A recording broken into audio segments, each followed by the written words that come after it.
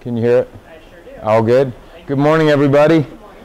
The advantages of being a small group, you know, are, to me, as a speaker, we can just get a lot more done.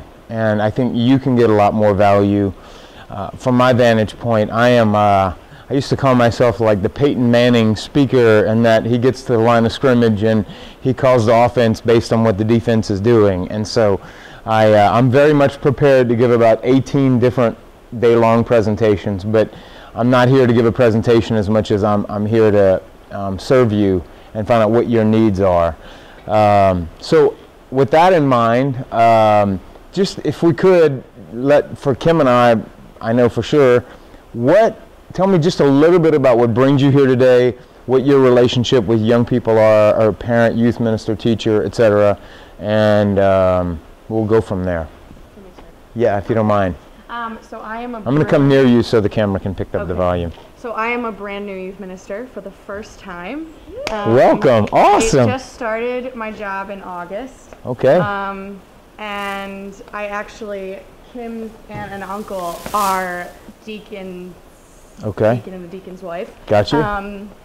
At our parish, and had put me in touch with her, and I actually called her yesterday, and she invited me to come along. Awesome. And observe. So praise God. Yeah, I'm here just to kind of learn and take it all in. Full-time parish youth minister. Mm-hmm. God bless you. Awesome. Yeah. What? And I'll do this with you too. I want to know what's tough for you in terms of working with teens today. Yeah.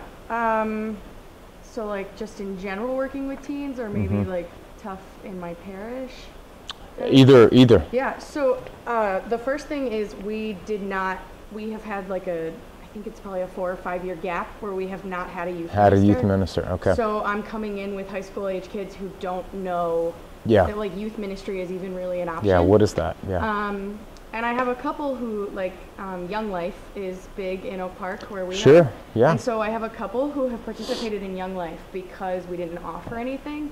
But trying to build that back up, I think, especially being someone who is brand new to this, is a challenge. And, like, I don't know, like, kind of navigating their needs and figuring out, like, where they are hungering for more.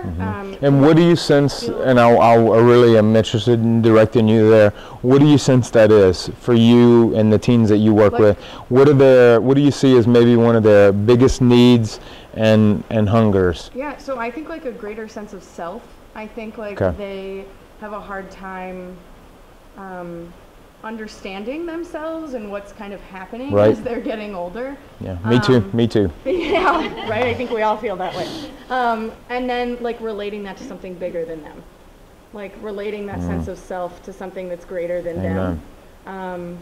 And like for us that are, you know, religious, like that's God, that's the church. Like that's I think what they are looking for, but they don't know that. Amen. You're going to do just fine. You're going to do just fine. You got it. Awesome. And what's your name again? Emily. Emily. Thank you, Emily. I'm Julie. Hi, Julie. I have 3 children in college, so they're college age. Sure. And I guess I just wanted to, now that they're away, how do I understand if they're having some anxiety, depression, kind of sure. what we were talking about last Okay. week, kind of, so I have a better understanding of okay. where they are now that they're away. Okay, cool, awesome. Thank you. In terms of, as you look at teens today, what do you see as one of the biggest challenges over and above or outside of maybe what we talked about last night, or maybe exactly what we talked about? Maybe just the stresses of life and you know, when they were seniors in high school, it was all about getting into college with GPA and ACT, which is horrible. Sure. And so now just handling life as like on their own and making decisions. So that's probably just the stresses of life and the world that we live in, because I tell them we're growing up in a crazy world. Amen. Right now. Amen. Just how to like evaluate all that. Awesome. Good. Thank you so much. Thank you for being here again.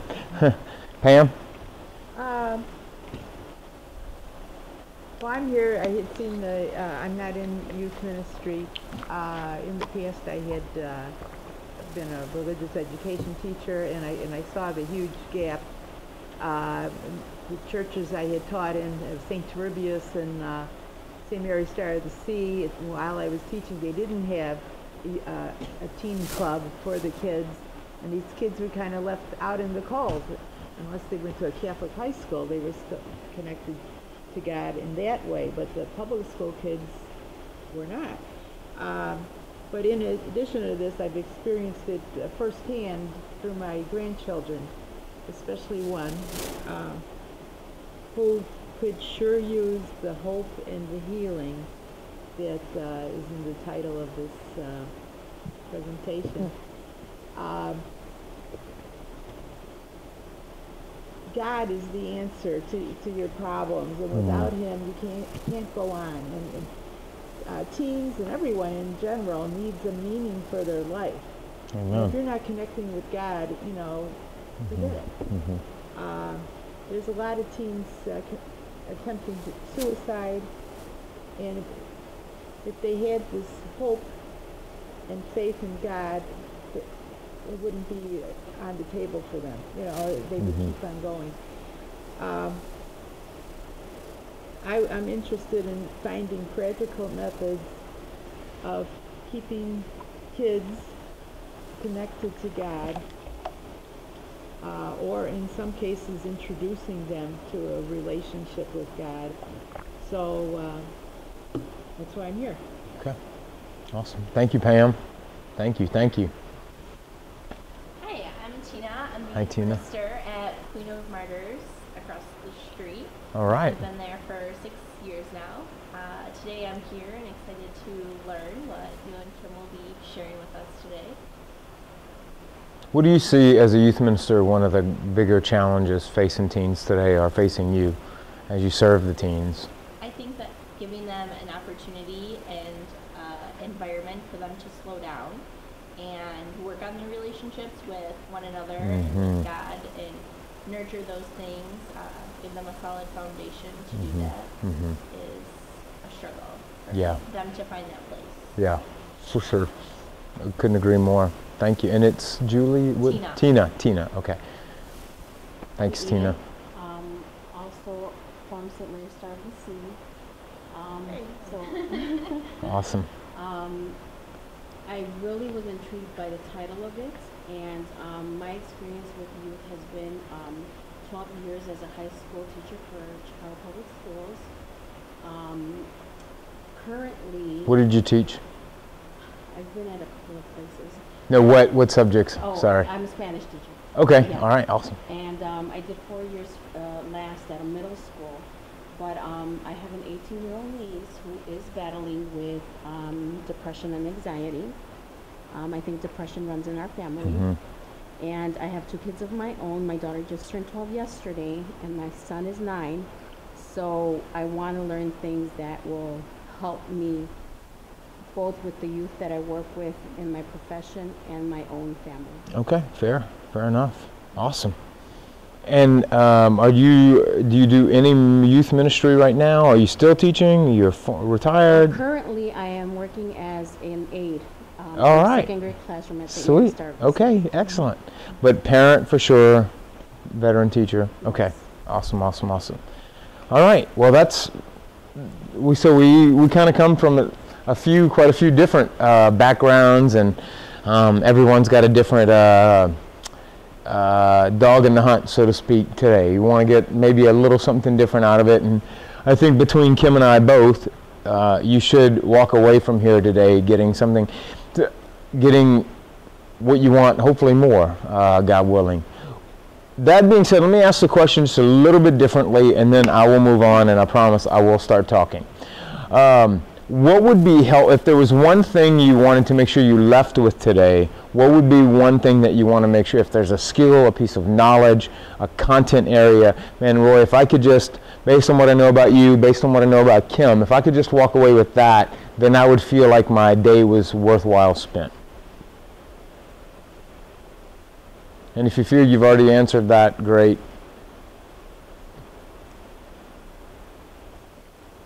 I think for me it would be helpful on just how I can get a conversation going with my niece.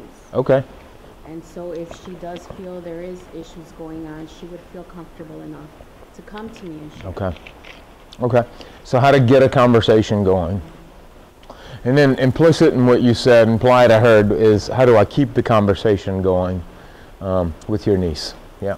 Yeah, I was going to say like practical maybe strategies for, I don't know, I'm just getting to know my kids. So yeah, like, for sure. You know, learning when is a good time, when is yeah. a good way yeah. to kind of, yeah, to bring up, to have those tough conversations. Yeah. And, yeah. you know, like, even sometimes maybe like, when are good times that maybe should be a more like one-on-one, mm-hmm. more private conversation, when yeah. should parents be involved, that kind of thing.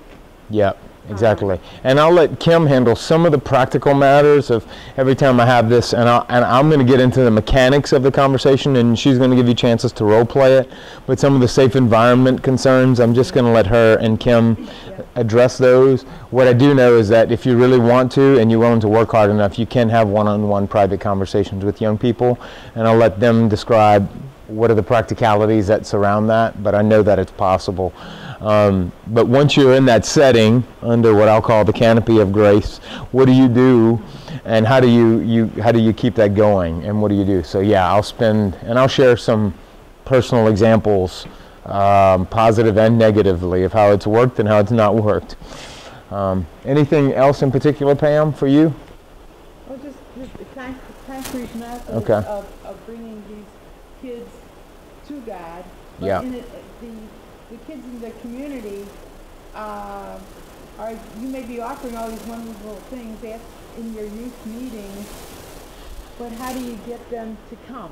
Yeah. You know, sure. So there's a little far-reaching Sure. point here, because it's my belief there's a lot of kids that need God. Mm.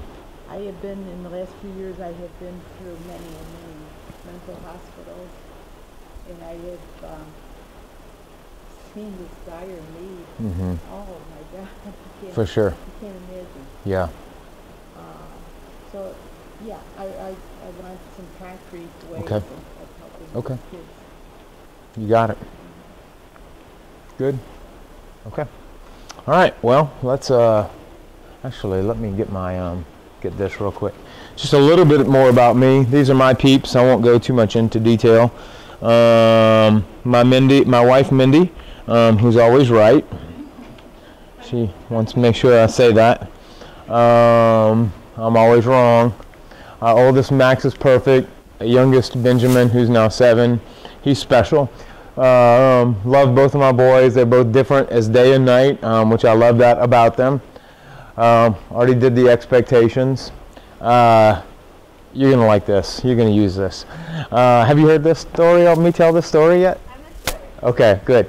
In 1941, in the early 1940s, Albert Einstein was teaching physics at Oxford University. And, you know, Einstein, and I risk saying this in a university setting, Einstein, like all university professors, had a host of graduate assistants, you know, student helpers, to help him do, like, you know, the unimportant tasks, like teaching, making tests, grading tests, etc. And so in the spring semester, I think it was 1941, one of Einstein's GAs is handing out the spring final exam. And as he's handing out the spring final exam, he notices something on the test. And students have already started taking the exam. And the GA panics, and he starts running around the classroom, snatching up the test from the students, taking it, ripping the pencils out of their hand, and picks them up, and they're all freaking out. He grabs them to his chest. He sprints out the room, runs across campus to Einstein's office, slams open the door, exasperated. He goes, "Professor,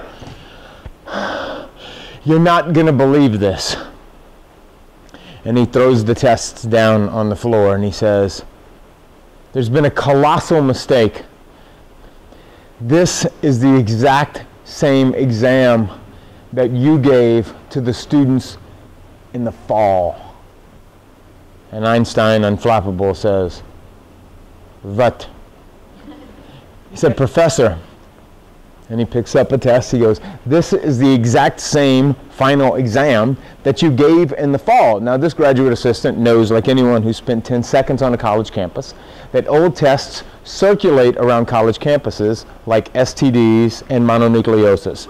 And so he's got, Professor, it's the same test. It has the same questions on it. And Einstein says, what? He says, Professor, it has the same questions. And Einstein looks right back at him and he says, the questions are the same, but the answers have changed. The questions are the same, but the answers have changed. And, isn't that true? And I would suggest, how many planets are there? Right? So if that is true in the natural physical sciences, friends, would you agree with me that it's even more true in the social sciences, right? In the realm that we delve into, like psychology, religion, spirituality? We're not asking, Kim and I just talked about this is so serendipitous. We're not asking new questions, we're asking the same questions. Parents, youth ministers, how do we give our young people God, right? I mean, how do we give young people God? And philosophically, this is important to know before you hear me speak for an hour, that philosophically, I'm heavily biased and believing that our role isn't to give young people God because they've already got God. You've already got God. I think the deeper hunger in young people and the need that we're seeing is how do we help them access God who dwells within them? And that is something, unfortunately, our Western religious tradition in the West, Catholicism, Christianity, is that we've all but just glossed over a theological concept that was so prominent and still is prominent in the East, which is the indwelling presence of Christ. Like the Eastern church fathers said things that would scandalize, right? These are saints. St. John Chrysostom said, God became man so that man could become God, right? That God dwells within us. I had an opportunity to spend time with Mother Teresa, her sisters. It was the year after she died in Calcutta.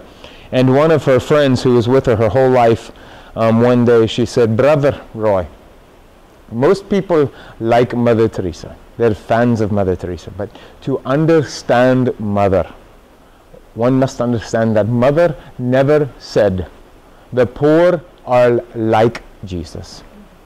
She never said that the poor remind us of Jesus. Mother said that the poor are Jesus in his most distressing disguise. And when you understand that, then you will understand Mother Teresa. And okay, so is it just true for the poor? And if the scriptures are right, especially the Beatitudes, are we not all poor, in spirit? Now that is just a hard thing for most of us to wrap our minds around. So okay, so I say this to young people. I remember I said this in Houston a few years ago, and there's 1,000 teens out there, and I said this. And so they're tweeting it up right behind me. The teens are tweeting it, and one teen tweeted his mom, and he says, guess what, Mom? I'm Jesus. I got some phone calls. But it's there. So what are the mechanics, what are the tools we can use to help ourselves access the God who dwells within us? How do we see the God when it's disguised in anxiety, depression, overwhelm, stress, tattoos, piercings, bad attitudes, acting out, and a whole host of other issues that we'll talk about today? How do we help the teens see the God who dwells in them? So that is a presupposition, but we're not asking different questions. The answers have changed. How do we protect young people today? Would you agree that the answers to that have changed in the last 30 years? The questions, my mom was asking the same question. How do I protect Roy from the dangers of the day? Those were almost exclusively physical dangers. Today, the dangers that exist virtually for so many parents and for so many of us. How do we alleviate stress? 10 years ago, well, what were the sources of stress 10 years ago? Would you agree that the answers may have even changed in the last year? In the last 6 months? I would suggest to you, and this often helps relieve some of the ministerial anxiety, that the answers have never changed so quickly in the history of civilization.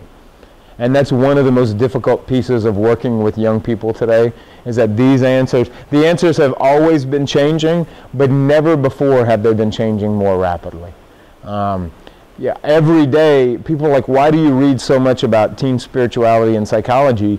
And it's because literally what I'm seeing, and I know you do, and I know what you guys are seeing, those of you in the trenches, if you're spending time with teens every day, you're seeing changes like, wow, this wasn't true last week. They weren't saying this last week. And the culture is certainly changing. Their access to the culture is changing. And so how do we respond to that? We already covered that. I'm not going to get into that. So let's just talk about the family that teens come from just a second, just to cover some of the statistical grounds. Only 7% of teens in America come from this father knows best, leave it to Beaver. These are old TV shows in like the 1950s where your mom stayed home, dad went to work, they had 2.145 kids or whatever. That accounts for 7%. The divorce rate's actually a little lower. Again, we don't have census data, uber recent census data, but the research is showing that the divorce rate is actually a little lower than 50%, but that's still not an encouraging statistic. Of the 45% of teens who come from, can you see Pam? Just tell me to get my big bald self out of the way. I was going to say, it might even be helpful, if you were to come sit maybe right here. That would be great, if you're open to that. Of the 45% of young people who come from divorced homes, 67% live in blended families, which is a nice psychosocial way of saying that teens get to live with somebody who's not their mom or dad, but they get to tell them what to do and they're supposed to like them. These teens often don't have a vote in that switch either. Hey, this is what's happening.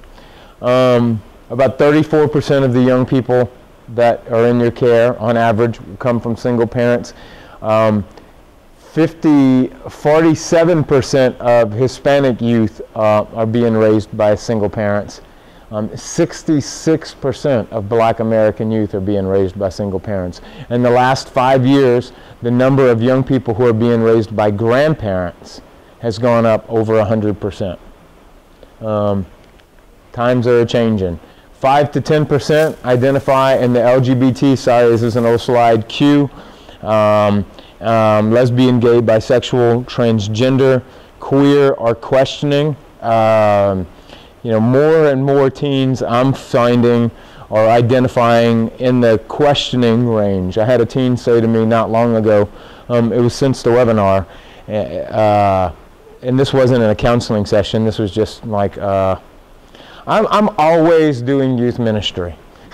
It's just whenever I see a teen, I'm like, there's field study for me. So I'm always going and picking their brains and talking to them. My nieces and nephews they know to stay the hell away from me because I'm like, what are you doing on your phone? And it's like, they trust me because they know I'm not going to tell their parents, right? I'm a safe place, but I'm always doing field work. And this one teen says, I'm questioning, but she said, it's incredibly stressful for me because on one hand, I've got, my parents don't want me questioning, they want me to be straight. And on the other hand, my friends want me to identify, they keep asking me, what are you? Are you lesbian? Are you gay? Or bisexual? Are you transgender? And I'm questioning and they don't want me to be here. So neither one of them want me to be questioning, but for different reasons. And it was incredibly stressful for this young woman who's 15 years old, she was a freshman in high school. To be, and that created a lot of anxiety. And that was just with regard to her sexual orientation. Many, many more teens today are, you might even have heard, and you may not have heard the term, but you should be aware of it, gender fluidity. It's not about whether they're attracted to males or females, or as an increasing number of them are identifying as pansexual, meaning that they identify, the panorama, meaning that they're, and I know a lot of us are like, what the hell is that? What do you mean, are they? And so teens will say, I don't find gender an issue. I could be attracted to animate, inanimate objects. I could be attracted to, right? And I hear you, and I have a lot of compassion with that exasperated response. But for our purposes, when we sit with a teen and they say that to us, we're like, you're crazy. And what does the teen do at that point? In terms of the mechanics of talking to them, you're done. Check, please. I'm not picking on you, Pam. No, this is just to you. Yeah, right, no, I know, but it is. It's stressful, right? I know. I don't know if it came up on the internet or what. Miley Cyrus is whatever. Sexual? Yep. Yeah. And I thought, Yep. okay. Mm-hmm. So anyway, you explained it, and that has more to do with their orientation. What I find for a lot of folks, it's becoming an even bigger quagmire is that now we've got gender identification. So you following me here? It's not whether I'm attracted to men or women, is what am I? Am I a man or a woman? Or where am I on the spectrum, on this continuum of sexuality? And so more and more teens are becoming more and more comfortable in using the language of being gender fluid, that I don't know whether I'm a man or a woman. Even a lot of teens are around, so I'm like, and I remember just a couple months ago asking, so are you transgender? And like, oh, really? Would you keep up with the times? Oh, that's so last month. It's like, oh, I don't want to be labeled. Like, they just don't want to be labeled. I don't want to be labeled as trans. I'm gender fluid, which means they want the ability to be able to go wherever they want to go, on that spectrum. So, yeah, please, go ahead. I think just as a way of opening up the breadth of that, I think it's because there are so many choices. Yeah, me too. There was a time when, we as young people didn't realize that there were all these choices. And just like we can't, and this is just a connection that's maybe minimalized, but just like when you can't decide if you're going to commit to coming to an event on Friday night to the last minute, because I might get another choice, or I might have something else that's more appealing, they do tend to find themselves open to any of the choices, because they're available. They're there. That's right. It's like standing at the candy store counter, there's a lot of things to choose from, and now all of a sudden they're all available. And right. That's just the way it is. That's right. It just wasn't an option, and I'll talk a little more about this, and I need to get going here. I need to speed my roll up here. But I'll talk a little more about this. And cutting, it's, I had issues, and if you watch my TED Talk, you will find out exactly what those issues were. But I turned to food because in my small Cajun town that was available. Well, Roy, why didn't you cut? Well, people were cutting, but they weren't cutting in self-injurious behavior has been going on for millennia. Right? But it's reached a tipping point to where now we've got the copycat effect on the mimetic effect, whichever word you choose to use, meaning that we just know about it. I didn't know about it. I probably would have cut. I mean, as much as I like food, I hate to think that I wouldn't have, because I think I'd have still gone to Popeye's fried chicken regardless. But, more and more, because it's just an option there, whereas there weren't as many options, and the options that might have existed weren't as widely known as they are now. So that's a superb point. That's a superb point. Okay. 1 million young people are being raised in same-sex relationships, marriages, partnerships. I'm not sure what that statistic is. I'm sorry. 2.4 million grandparents are raising 4.5 million children. And teens are increasingly transparent. And you heard me talk about this last night. They will say that they're just being honest when they send a nude photo of themselves to someone else. By the way, 1 in 5 nude photos is true not only for teens, it's also true for their parents, the research shows. 1 in 5 adults sends nude photos or sexually explicit text messages. And so when we get on our high horse sometimes as adults, the stuff that I'll say as a therapist working with the parents, the stuff that used to be exclusive to teens, I'm seeing with adults as well. But this is more about transparency. They feel like they've got to share all of who they are. About 8% actually attempt suicide. 1 out of every 10 teenagers will have a suicidal ideation. Probably higher than 10% now. I would say we'll have probably, this is just Roy, but in my experience, what I've read, who I talk with, I would say closer to 15% of teens, maybe even a little higher, will have something in the realm of what's called a passive suicidal ideation, which isn't, I want to kill myself, but is along the lines of, I just wish I weren't here. Right? That's very passive, meaning like, I don't want to kill myself, I just wish I weren't alive. Or if I didn't wake up tomorrow morning, that would be great. That's real passive. I'm seeing, and again, because it's so much more widely talked about, you've got a lot of copycat effect in there as well. We saw a lot of it after Robin Williams took his life, so that definitely happens culturally. Most couples will spend most parents of these teens will spend less than 10 minutes a day in uninterrupted conversation. 59% of moms are working moms. This is an encouraging statistic. 60% of families in the country today actually will sit down once to twice a week and actually share a meal together. 2.5 million adopted children. 1 in 4 teens cut, carve, or burn themselves in order to help themselves feel better. And now I'm going to spend a good bit of time talking about this. This is probably one of the biggest concerns that I have when it comes to young people today, is we have an anxiety epidemic in our country. Now, different words for anxiety are stress, overwhelmed, too busy, I can't keep up, but it's an anxiety epidemic. Most of the depression that I see with teens and young people today is not coming from a place of depression. It's coming from it's an anxiety-driven depression.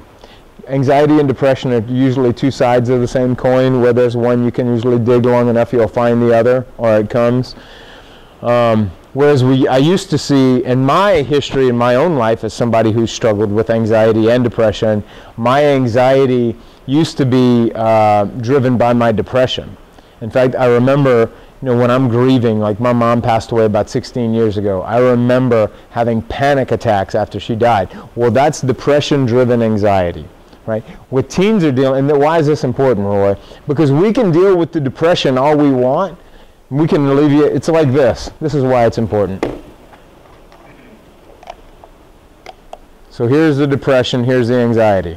Well, I can take this out, but I've still got this. Well, if I take this out, you follow me? Now I've got them both.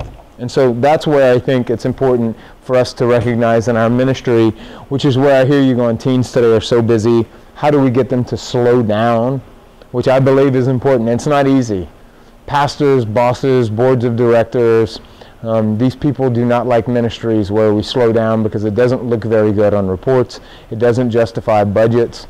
And it's often not really popular with parents. I mean, if you pose your youth night, maybe they would come. I think a lot of teens want to slow down, but a lot of teens wouldn't even want to come. We're going to talk about slowing down. You can keep it. I'm not looking to slow down.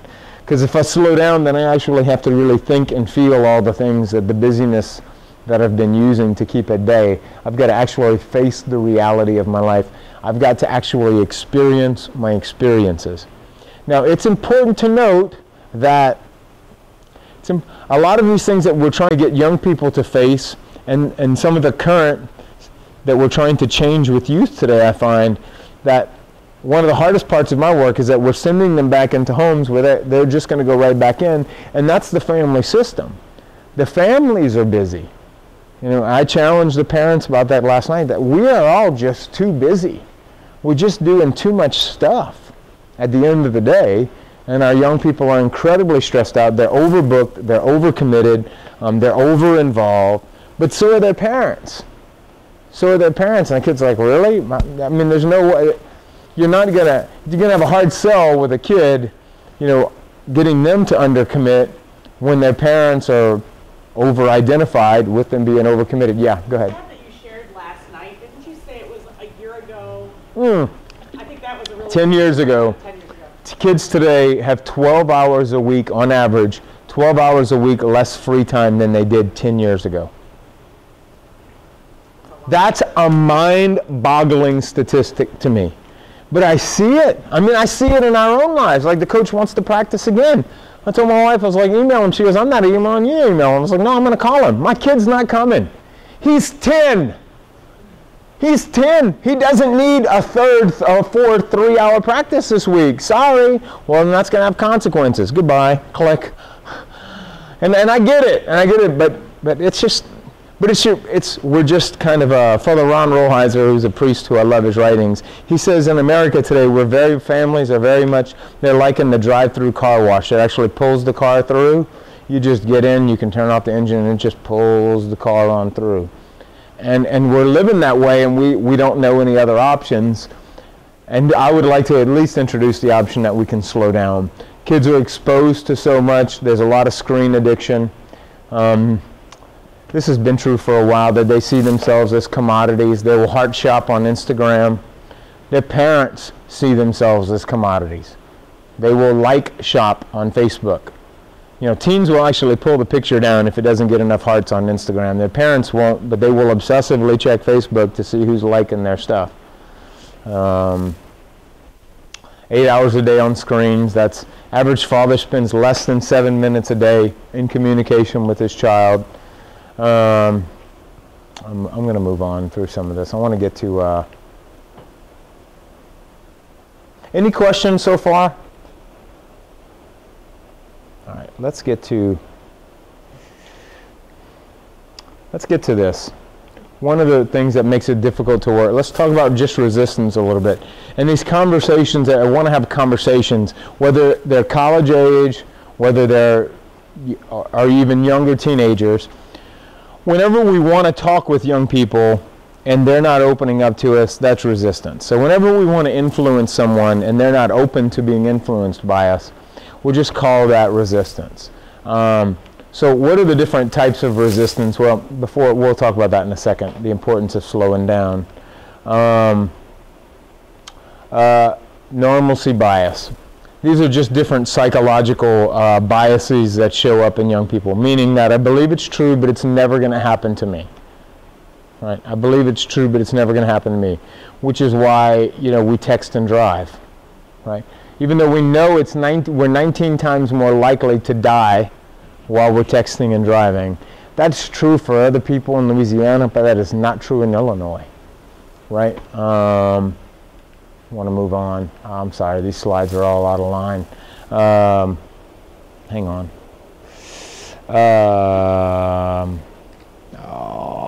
Here we go, confirmation bias, sorry. We look for things to reinforce what we already believe to be true. We all do this, teens do as well. So what do you know to be true about teenagers? That's what you're going to see when you look at teenagers. You're going to see more of what you already know to be true, which is why days like this I think are so important, because we expand what we know to be true, and when we do that, we expand what we're able to see in them. Does that make sense?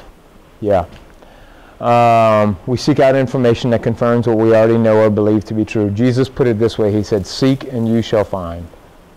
There's a wonderful part of our brain called the reticular activating system that actually will highlight things that we know to be true or that which we want. Anytime you've ever shopped for a car, you've seen this. You got the idea of what kind of car you wanted, or let's say it was any sort of material possession you were shopping for, you were actually shopping for. You started noticing that, or variations of that all over the place, and it's like, dang, more people are wearing this now, or more people are driving this car. No, you're just noticing it more. Normalcy bias, I already talked about that. Projection bias. This is big for adults. We've always got to check ourselves because we assume that young people have the same capacity that we do for thinking, processing, and verbal expression. So, and Kim's really good at this, and I've only worked with her once virtually and now for the first time, but she just did it. She's really good at giving these real, not examples necessarily, but metaphors or analogies. Beautiful analogies. I think my brain works so hard to do that when I'm working with teens, but analogies are just wonderful when it comes to teens, because while we can deal with all this abstract language, if you can take all these very complex abstract principles and bring them into a simple analogy, they can hang their hat on it. So Dr. Bob McCarty says teens are experience rich but language poor. It's not that they don't want to have a conversation with you, but the amount that what they're able to say in that conversation is going to be a lot different than what you're going to be able to say. Their ability to discuss these really, well, how was your day? Is the family, well, how was your day? What's going on? Nothing. How's life? Good. Well, I want more than that. And the teen's like, really? How much time you got? And they may need to just talk for 20 minutes before, they may not even fully understand what's going on in their life. Which aspect, which compartment of my life do you want to know what's going on? And that's true for a lot of them. I love ISN. We see things as not as we are, but as they are, as we are. Inertia, girls and guys. This is so true. Nice from girls to girls is exactly right. Right? Yeah. Right? And that's exactly right. That's a bit of an overstatement. I think that more and more guys, whether they're metrosexual or not, that's such an old term, but I think guys are a little more complex than that. But all right. So I think that covers some of the resistance. All right, let's talk about listening. In terms of, resistance goes down based on our ability to be able to listen. And really, when you're talking about communicating with teens and actually getting into the trenches with them, most of what we're talking about there is listening. As I shared last night, when I used to work with couples, which I don't do anymore, but when they would put on the intake form, say, we need communication skills. No, you don't. Usually when folks say they need communication skills, what they really are looking for, what they're really saying is, we are not in an emotionally available place where we can listen to one another anymore. I'm so driven by what I need to say and what I want this other person to know, or by fear, or by a whole bunch of other things, that I'm just not at a place where I can listen. We do not listen well as a culture. And I will roll these two imbeciles under the bus who are running for president all day long, in the idiotic, embarrassing spectacle that they make on national TV. But that reflects our culture. I as critical as I will be of that, I look at that and I believe that when I get upset with them, I'm not a huge Freud fan, but he nailed the one on projection. And by the way, that's not original to Freud. That's Jesus.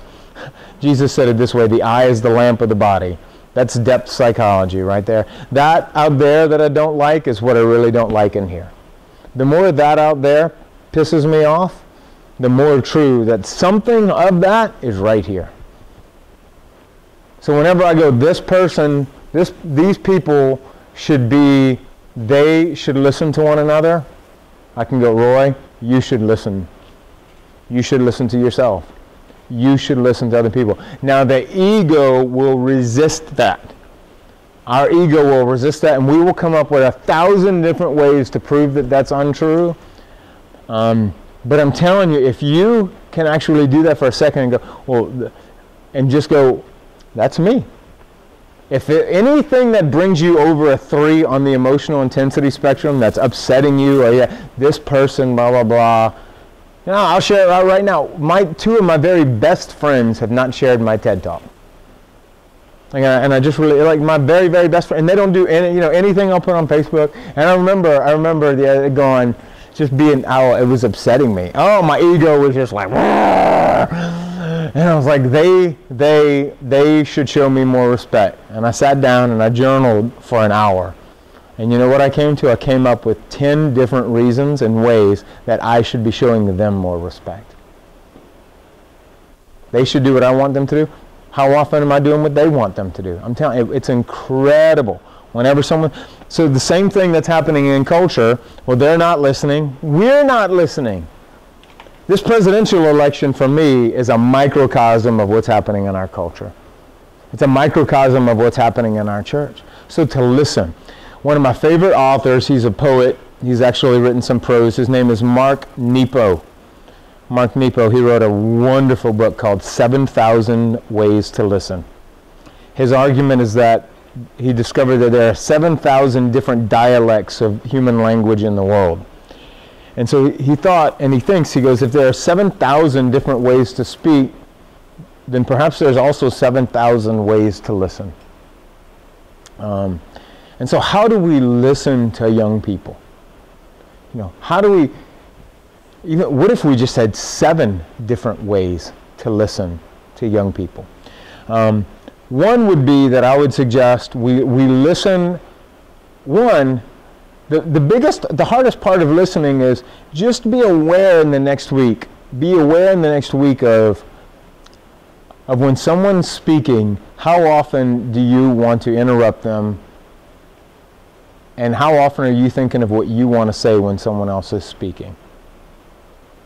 Versus, am I really seeking to understand? And I'm so aware of it in me that I know for each of you, I wasn't fully 100% listening while you were speaking.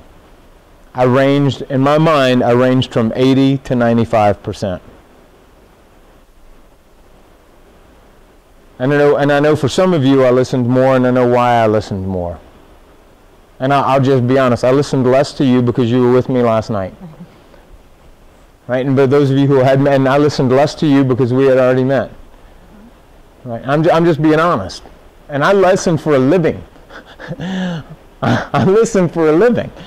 And so just to be aware of, am I really listening to what this other person? It's not efficient to listen. We will feel like an un-American loser when we're really in a modality of listening because it's really not functional. It doesn't pay well. It's not sexy. It doesn't look good. We don't have anything to say at the end of it. If we're really listening, more often than not, when we're in a listening mode and I'm really other-centered, at the end of that other person speaking, if you're really listening, most of the time, not all the time, I will not have a response, I will have a question. That's an indication of how well do you listen. Most of the time, when the other is done speaking, are you armed with a comment, criticism, instruction, teaching moment, or are you armed with another question? And we think that this stuff is lost on teens. In my experience, and I know yours bears this out to be true, it is not. That is absolutely great. They know it. Why didn't you talk to that other person? Oh, they just like to hear themselves talk. And I'm sitting there going, I like to hear myself talk. In fact, to show you how wise kids are, my oldest Max, a year ago said, Dad, he goes, you like to talk. He goes, I'm just wondering, he goes, this is psychological insight. Like, I went for therapy for years, and my son gave this to me for free. He goes, you think maybe because you're sitting down listening to people all day long, that's one of the reasons you got to get on a plane so much and go speak? Yes, it is. Yeah, it is. Daddy likes to talk. And so it's, but kids will be like, I mean, they will just know. And we underestimate the power of being heard. When you hear me, and I because I'm such a visual person, and if you watch the TED thing, you'll see my whole metaphor for everything is to be seen. I think that's our deepest human need. But how do we see other people? I see you by listening to you. I see you here, but I know blind people who can see a lot better than people with sight. Right? Who can hear, who can sense. The other senses are developed. But when I really feel heard, when teens really feel heard, then and only then do they want to hear what we have to say.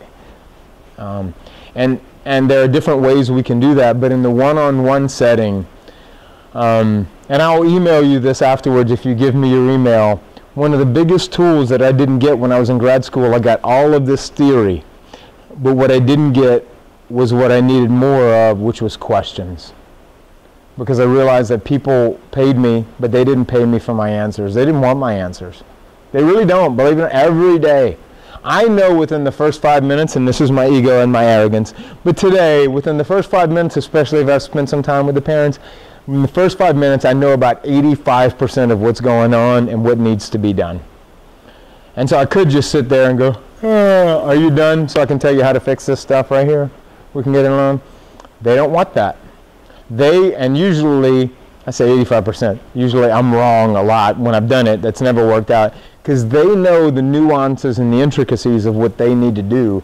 They need my questions to help unearth that from them.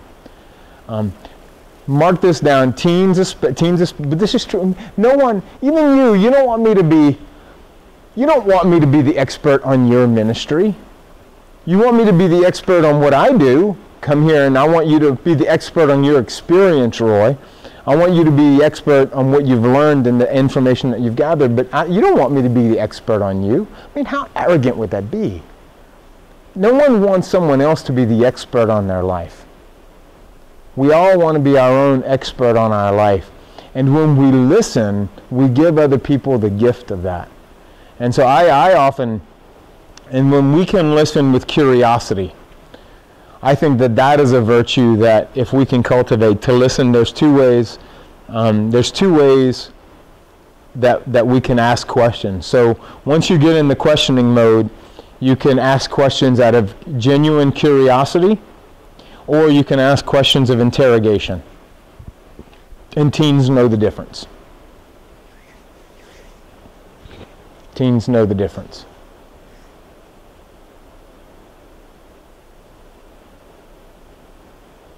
And so, Roy, what if I'm not genuinely curious? Okay, well, let's expand that a second. Can you be a little more genuinely curious? Well, tell me what that was like for you.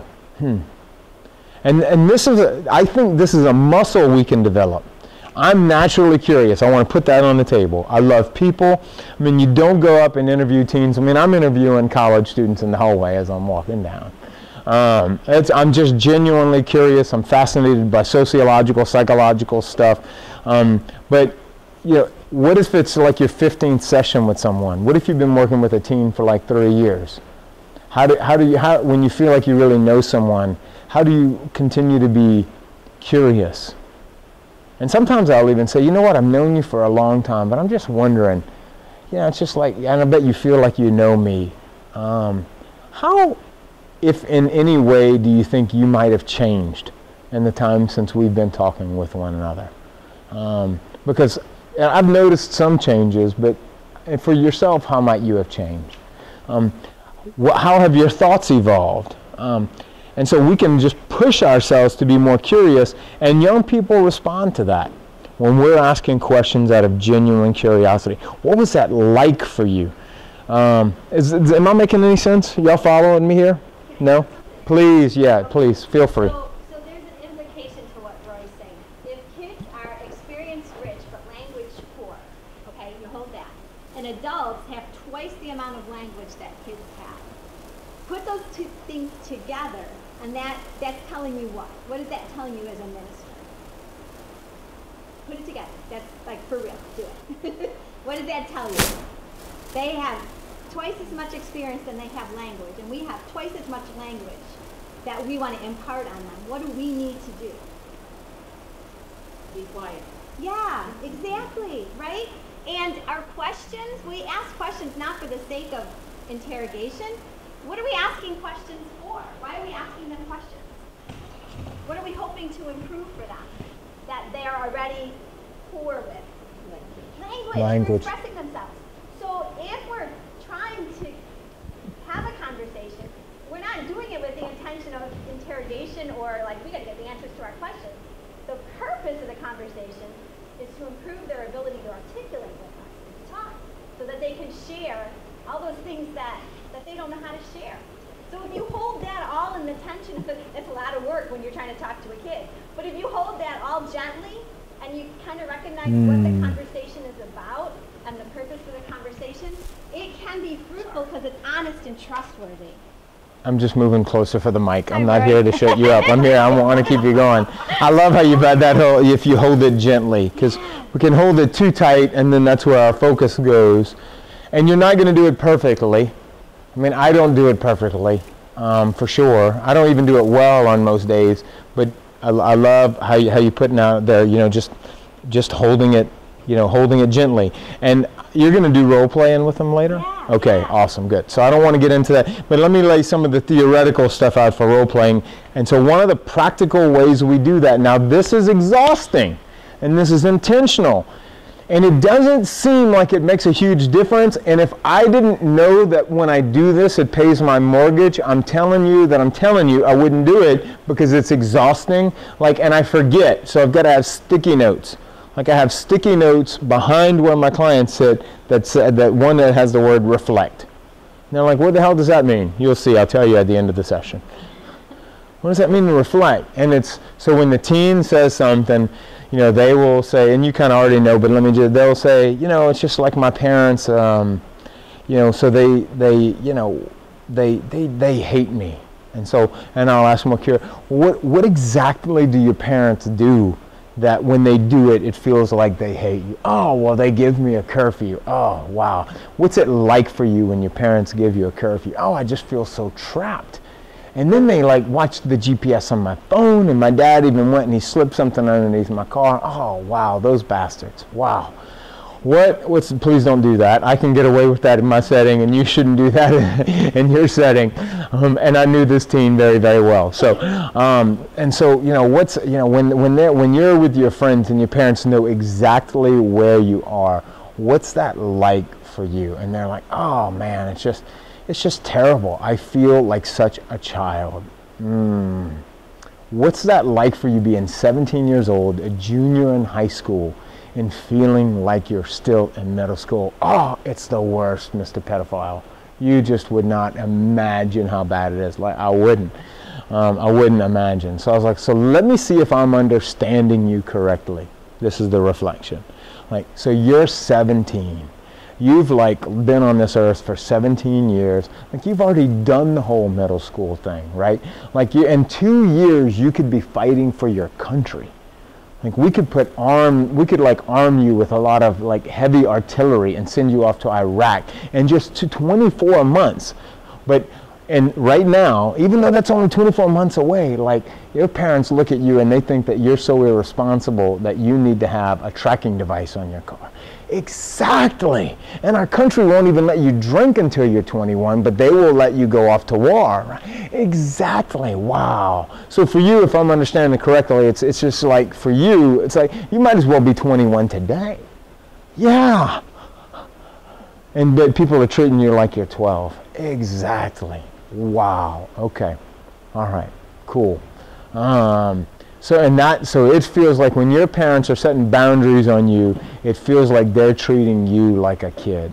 Yes, exactly. Wow. What makes them do that, you think? Like, why would a parent do something like that? Oh, I don't know. Well, you know how parents are. I don't. How are parents? Tell me about that. How are parents? You following what I'm doing with this teenager right here? Do you see the curiosity? Tell me a parent. Well, parents are, I don't know. Well, they're just controlling. Yeah, I guess they can be controlling. And I might interject, do you think that they might be scared? Well, I guess, but there's nothing to be scared of.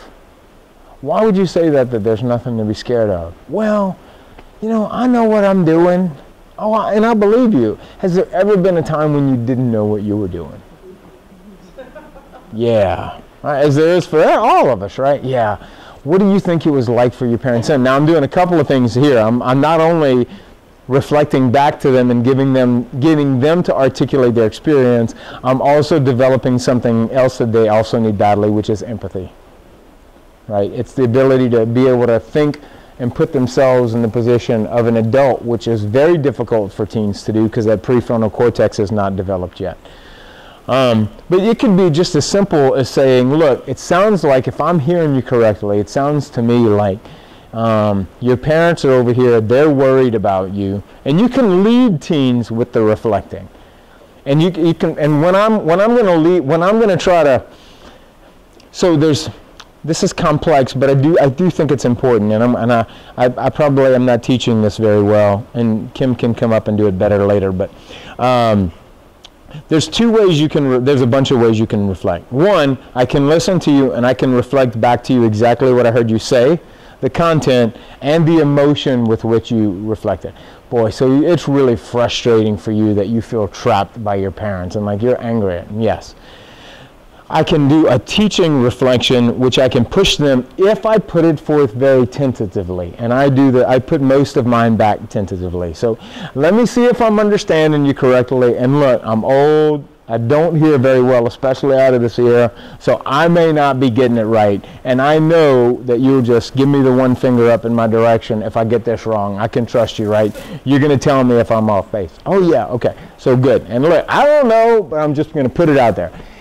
So it sounds to me that you really want all this freedom, and you want to be treated like you're 21, and that's very frustrating for you.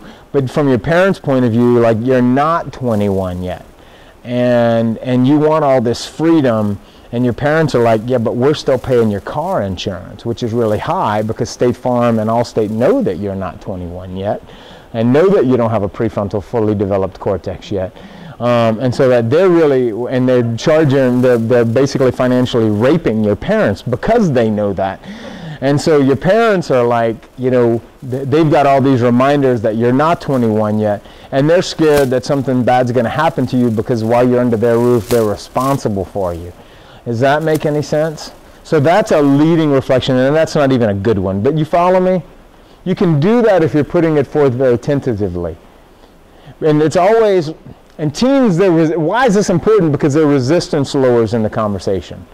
So it sounds to me like, if I'm hearing you correctly, and I might not be, and then just tell them what you're hearing them. You can also tell them what you might objectively be seeing in the situation at that point as well. And you can do that with your own kids. You can do that with your own kids. It doesn't mean, and you can do it even more. Now, the older the kids get, the more sophisticated they are, but we will generally allow people to lead us. That's just a very artful way of making an observation. Fair? Does that make sense? Okay. You want to add anything to that? No. Okay. All right. So 7,000 ways to listen. Play dumb. This, most of you probably are too young. Some of you aren't old enough to remember Columbo. Any of you ever saw the show Columbo? It's what I call the Columbo technique here. I use it every day. Columbo was this bumbling detective. Like, he just didn't look like he had his stuff together, but he was smart. He was always a mile ahead of the person who he was trying to catch. But when he'd talk with him, he'd go, all right, so let me see, like, you know, so you did this, and I was like, okay, all right. And so when you did this, it was like, you know, you were just, and so but you didn't do, okay, so you didn't do this, but you did this. And he just looked like the stupidest person in the world. And the person who he's talking to, right, he's trapping them the whole time, right? Because he's just playing dumb. Because no one wants to feel like you're smarter than the other person. They don't want to feel like you're smarter than them.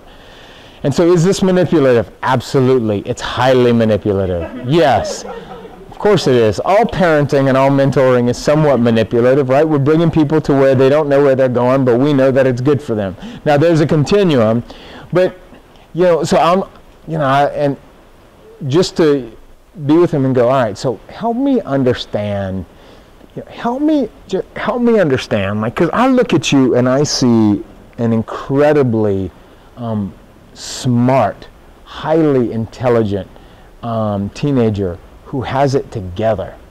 And help me understand why you would get back together with a guy who has cheated on you 4 times. Like, it's like, over here I see this teen who's got it all together, who in my limited adult old mind thinks should know better than to get back together with this guy. And yet I see you getting back together with this guy. Help me understand what makes this smart person do something like this.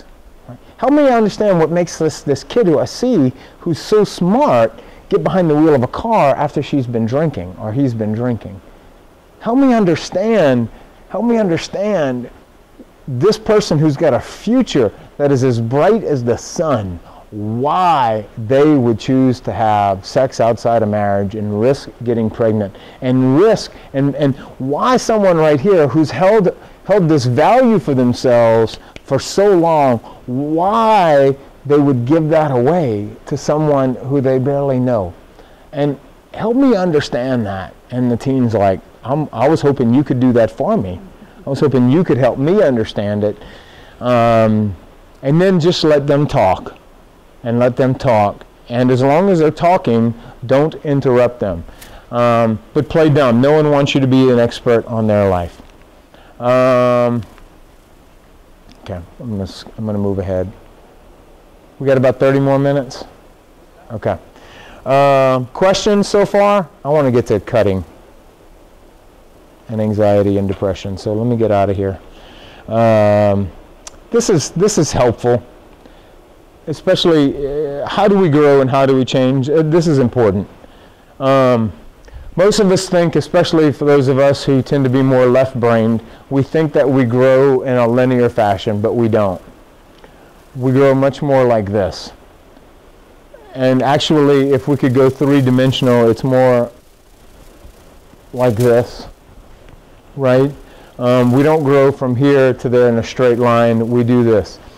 Well, here's what happens in each one of these loops. Now, we all do this individually. Family systems do it. Churches do it. Corporations do it. Youth ministries do it. Cultures do it. This is the psychological deconstruction of the Paschal mystery. When we're doing this, right, when we're on top over here, mastery, it's good. It's our life, right? Life's going well, meaning we've got enough knowledge, skills, and resources that we're handling up on our life. Usually, once we're an adult, for teens, this happens every 2 to 3 years. This happens every year up until puberty, and then it happens every 2 to 3 years. And after the age of 21 to 25, this starts happening. Take a guess how many years for adults? Every 7 years. This is the 7-year itch right here. We'll do this, and this will last for about 7 years. And then we will encounter some obstacle, some situation where we don't have the resources, the knowledge, the capacity, the wherewithal in order to be able to handle it, and we will begin to disintegrate. What is that like? It's like dying. It feels like crap. It feels like the rug just got pulled out from underneath us. It feels like, especially at my age, it feels like, are you kidding me? I've been in therapy for this for years. I've dealt with this twice already. Am I really going through this again? People who grieve the losses of significant people in their life in their adult years, once every 7 years or so, they can expect an unexpected wave of grief to completely wash over them. And it doesn't look like grief. It looks like depression. It looks like anxiety. This happens for adults. For teens, this happens every 2 to 3 years. So we will disintegrate. And it feels like dying. It feels like everything's falling apart. I don't know what to do. This is when people come into my office. For couples, for the parents of the teens, especially those who are couples, this happens every 7 years. The first time they get married, 5 to 7 years is usually when they begin having kids. That's the second highest time that's the highest point of divorce, right, in the first 5 to 7 years. It's because they have introduced two human beings or some human beings into their household, generally speaking. The next 7 years later, when they begin raising teenagers, is the second highest point of divorce. And so then resurrection is reintegrate. What do I need in my life to help me to get back into mastery again? And that process usually, once we're adults, takes a year. But for teens, it can take a couple of months. This is usually, teens aren't, the teens who we're talking about today are in this spectrum right here. They're disintegrating and reintegration, and what they need for us, in addition to language, yeah, I don't want to get into that. Let me move out of that. Does that make sense in terms of how we develop? All right, let's get into, all right, let's do, would it be all right if we talked about self-harm for a little while? Is that okay? Okay. Let me unplug this so that I can actually find it. Okay. All right. All right. Just because it's so prevalent in teens, It's one way of that teens today deal with their anxiety. It's a very popular way, obviously, that teens deal with their anxiety and deal with depression. Obviously, 1 in 4 do it. Yeah, I'm sorry. We already know that. God, I hate PowerPoints for this reason. What would you say the ratio is boys to girls of teens who cut? More girls? Would you tend to agree with that? More girls? That used to be true. It used to be 2 to 3 girls for every 1 guy, and now it's 1 to 1. Just as many guys cut as do girls. And I say cut, but a lot of teens will burn. A lot of teens will punch themselves. Some hair pulling that I see, and we'll get into some of these more. I'm sorry. Let me skip some of these slides so we can get right into the meat of it. This is important, though. Most instances of self-injury are pre-suicidal. That's not true. I think most of us know that now. I don't know, some do, some don't. Most self-injury, in fact, more than 95% of it is not suicidal. Teens aren't there to kill themselves. Some teens cut because their friends are doing it. That's true. There is the copycat effect with that. I really need to redo these slides, sorry. All right, let's talk about pain in the human brain. I'm so sorry because I know you heard this last night. One of the things that keeps teens cutting, one of the reasons they do it, because it's so illogical. And whether or not you use this by way of explaining to their parents, it's good for us to know what happens. The anterior cingulate cortex, which is the part of the brain in the back of the brain that registers pain. So if you hurt my feelings, let's just say mom said something to me and it really got me upset. It got me, I was really disappointed and emotionally upset, right? I feel that in my anterior cingulate cortex. It's where I feel it. Boom. Okay. What I've learned is my friend says cutting, makes them feel better. So I will cut. That physical pain I also feel in the anterior cingulate cortex part of my brain. Here's the thing though, with the physical pain, that triggers a response in my brain to then produce a host of chemicals, endorphins, morphine-like chemicals, and otherwise, to begin healing and easing this physical pain. What those chemicals also do is they begin not healing, but easing the emotional pain as well.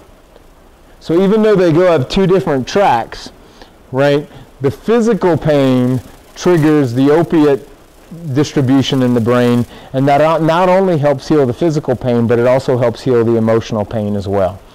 The problem is that the emotional pain will resurface, and so it's only temporary, and it's not going to permanently deal with the emotional pain or any long term. Does that make sense? Do y'all follow that? That makes sense? Okay. So that's one of the reasons teens cut, is because it really does make them feel better.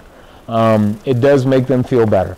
Another reason teens cut and becomes compulsive is that after you do that a few times, that can become the feedback loop on that, in the addictive language we call, gets real tight, meaning that I know that when I do this, that freedom or the positive experience is going to come moments later. Does that make sense?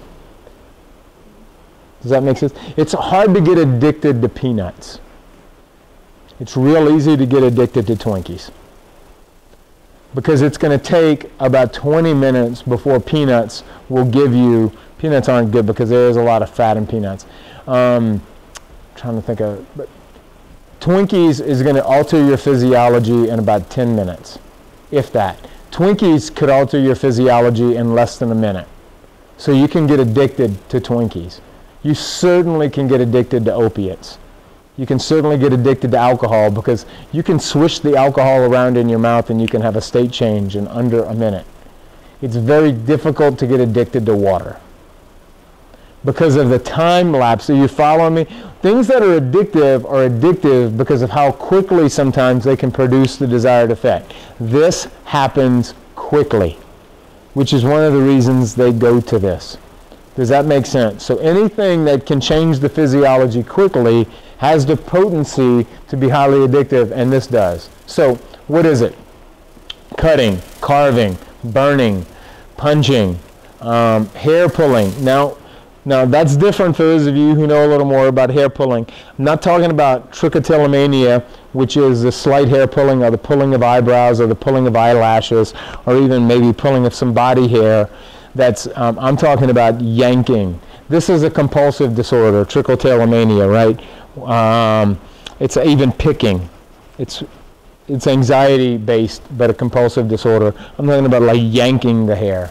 I've even seen some, and folks ask me this all the time, and they're right, some forms of tattooing and piercing, I would say, fall into self-injurious type behavior. Why do they do it? It happens because of depression. It's a symptom of bipolar disorder for sure, eating disorders. Anxiety is a big one.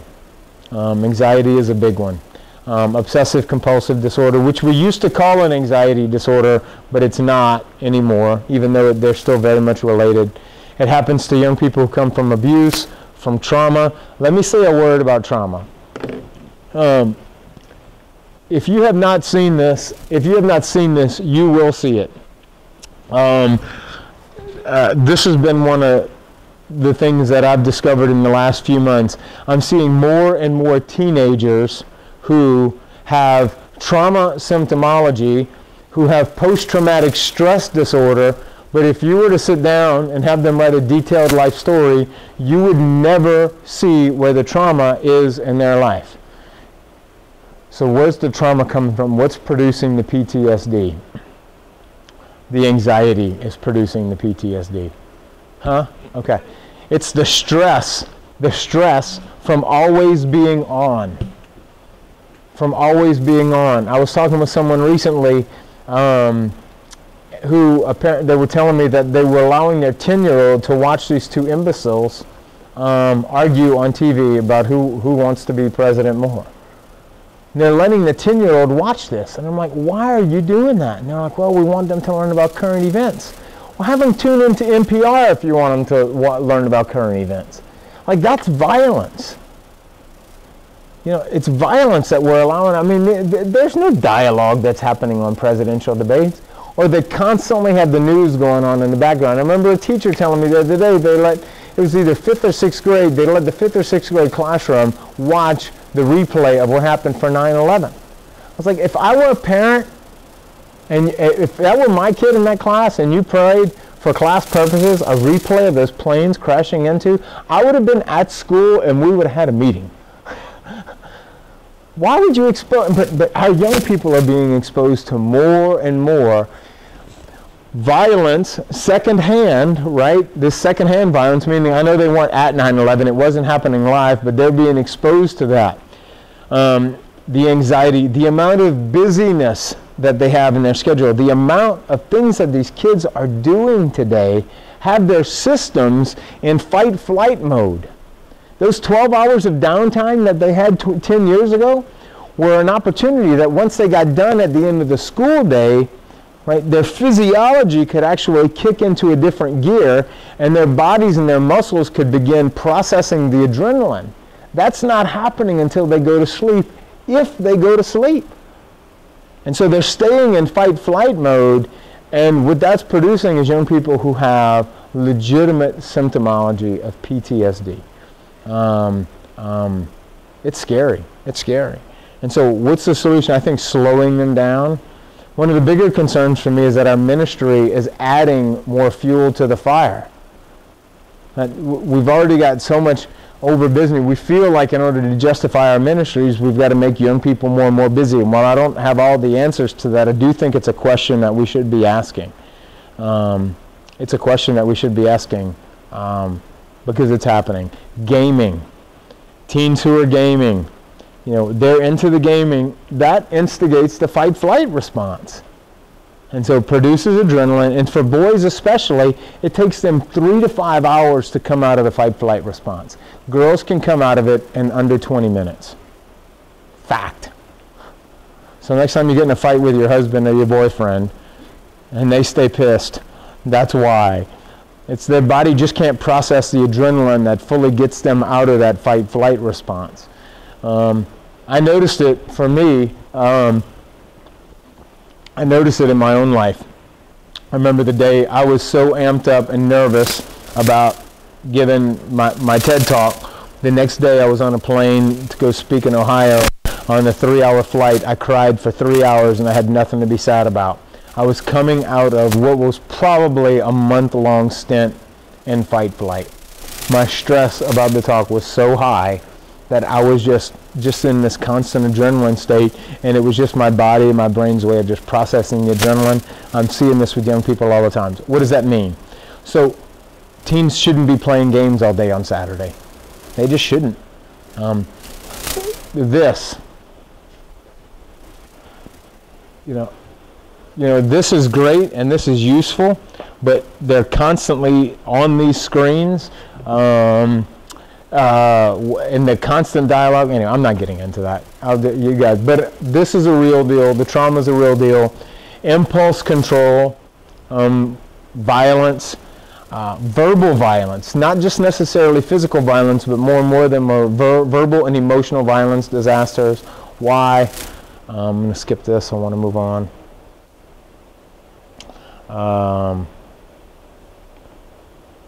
Why do they cut? Why do they hurt themselves? To not feel. I just don't want to feel the feelings that I'm feeling. I will also, I don't know if I have it up here, they'll also cut in order to feel. They'll get so numb that they'll do it in order to feel. To distract themselves, for punishment. I'm seeing fewer and fewer teens who are coming to me who at the end of the conversation are doing it out of self-punishment, although that is ultimately a shame-based, symptom. I deserve it. I don't deserve to feel good. It's a physical way for them to be able to express emotion, to compensate for a lack of experience or things that they wish they had in their life to feel, to not feel. Control. It's a way of gaining control. To paraphrase one teen, she said, in my life is in such chaos. I can't control so much of what happens to me in my life. I never know what my dad's going to do. I never know what mood he's going to come home in. And therefore, I really don't know what sort of emotional pain he's going to inflict on me. But I can control this. And that is a deep human need. We have a need to be able to control our environment. When people say they feel like they're going crazy, it's always because on some basic fundamental level, they feel like they are out of control in their life. Usually they feel like even the events, they used to have some semblance of emotional control, but they don't feel like they can control their emotions in any capacity, and so they will legitimately say, I feel like I'm going crazy. I don't know if I'm going to laugh or if I'm going to cry. It becomes ritualistic. I see a lot of teens who will have, one teen, especially when it's coincides with eating disorders, she would go home, she would eat, she would purge, she would take a shower, and while she was in the shower, she would cut. That was a daily ritual, and it had all of the addictive elements to it, and that she would anticipate it. She would look forward to that ritual. It's very addictive, as we talked about, very compulsive. It's the best feeling I get all day. I'll start to panic, my chest tightens, and I know if I could just get to the bathroom and cut, I'll calm down and feel better. Fear. So we're seeing teens with less emotional resilience. I know this is a lot of theory. So let's say that this is a healthy emotional spectrum right here, right? Meaning that we all have our ups and downs. And that those top and bottom lines are the lines that when our emotions get outside of that spectrum, we get into the unhealthy range, or what we would call in my work, clinically significant. Yep, you should be in here visiting with me. So this is what used to be healthy. Well, this is what's healthy. And this is what used to be on the radar coming up here. This is the range now. So, and this is emotional. So this is resiliency, and it's narrowed to here. So anytime the emotional spectrum gets out of this green zone, which is about half of what it used to be, And how long ago was that? I don't know. But I would say since I've been doing youth ministry in the last 20 years, I used to see teens who were a lot more resilient. Today, if it gets out of that green zone, and this is a myth, that it's only when we're down here that teens begin to cut. And track this if you can relay this to your own experience. Well, what about this? I see teens who cut when they had a great day. Wow, you just aced your exam. And you went home and cut. Or you went and did whatever it is your compensatory behavior is. Tell me about that. What was that like for you? They were like, oh, I just didn't, it was just such a weird feeling. And then the anxiety gets a hold of it. And I was just like, and then I thought, as soon as she made 100 on her exam, then I thought, what happens if I can't do it again? What happens if I can't do it on the next test? What happens if I can't repeat it? What does this mean? This feels so good, but I don't trust it. In my experience, these good feelings don't last. And so I don't want to get ambushed by this good feeling going away, so I will do it myself. That is the sub-dynamic thought structure underneath a lot of anxiety in teens. Even though it has that physiological component, right? When you get underneath it, a person who has anxiety, and this is what makes anxiety so difficult to deal with, which is why when people just, we throw tools at it. My oldest son, Max, and he's given me permission to talk about it, as his mom, struggles with anxiety. Like, it's clinical, and he comes by it honestly. And so we give him all these tools, and I remember him looking at me a couple weeks ago, and he said, Dad, I don't want to tool my way through life. I don't want to have to wake up every day and use all these tricks so that I'm not worrying.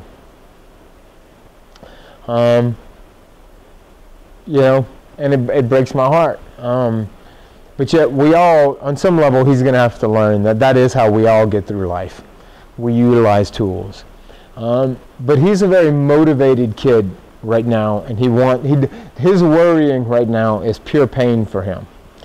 As he grows older, though, here's what's going to happen. Here's what happens. He's going to realize that this anxiety, this stress, this overwhelm, while on face value it looks like it's an enemy, most people who have anxiety, it's their secret weapon. They won't admit it as they go out in public, but it's their best friend. They don't want to leave home without it. And they will come in and sit in mine for years. I didn't know what the hell was going on as a therapist. Like, I'm trying to help you get rid of this. And they're like, yeah, I know. And you say you want to get rid of it. Yeah, help me get rid of it. And then I would work to help them get rid of it. And then I realized, you don't want to get rid of it. You like it. It's your fuel. It's what motivates you. Because if you let go of your anxiety, if you let go of your fear, what happens? Well, I'm not going to work as hard. And what happens if you don't work as hard? Well, I won't make the grades.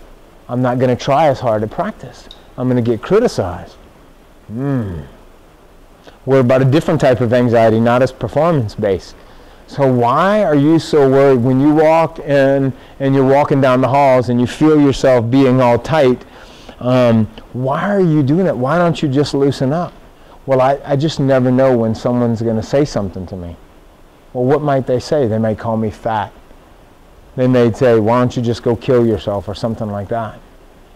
And so how does being anxious help you in those moments? They're like, you know what, it really doesn't.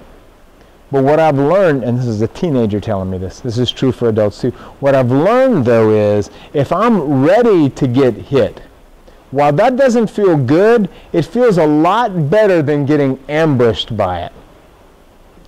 Did you just follow what I said? 90% of anxiety can come down on that statement right there. I know it's going to hurt, but with my anxiety, if I'm constantly afraid of it, if I'm constantly worried about it, now the extreme form of this is self-deprecating humor. Bad self-deprecating. If I make fun of me, right, I don't like it, but at least it steals your thunder.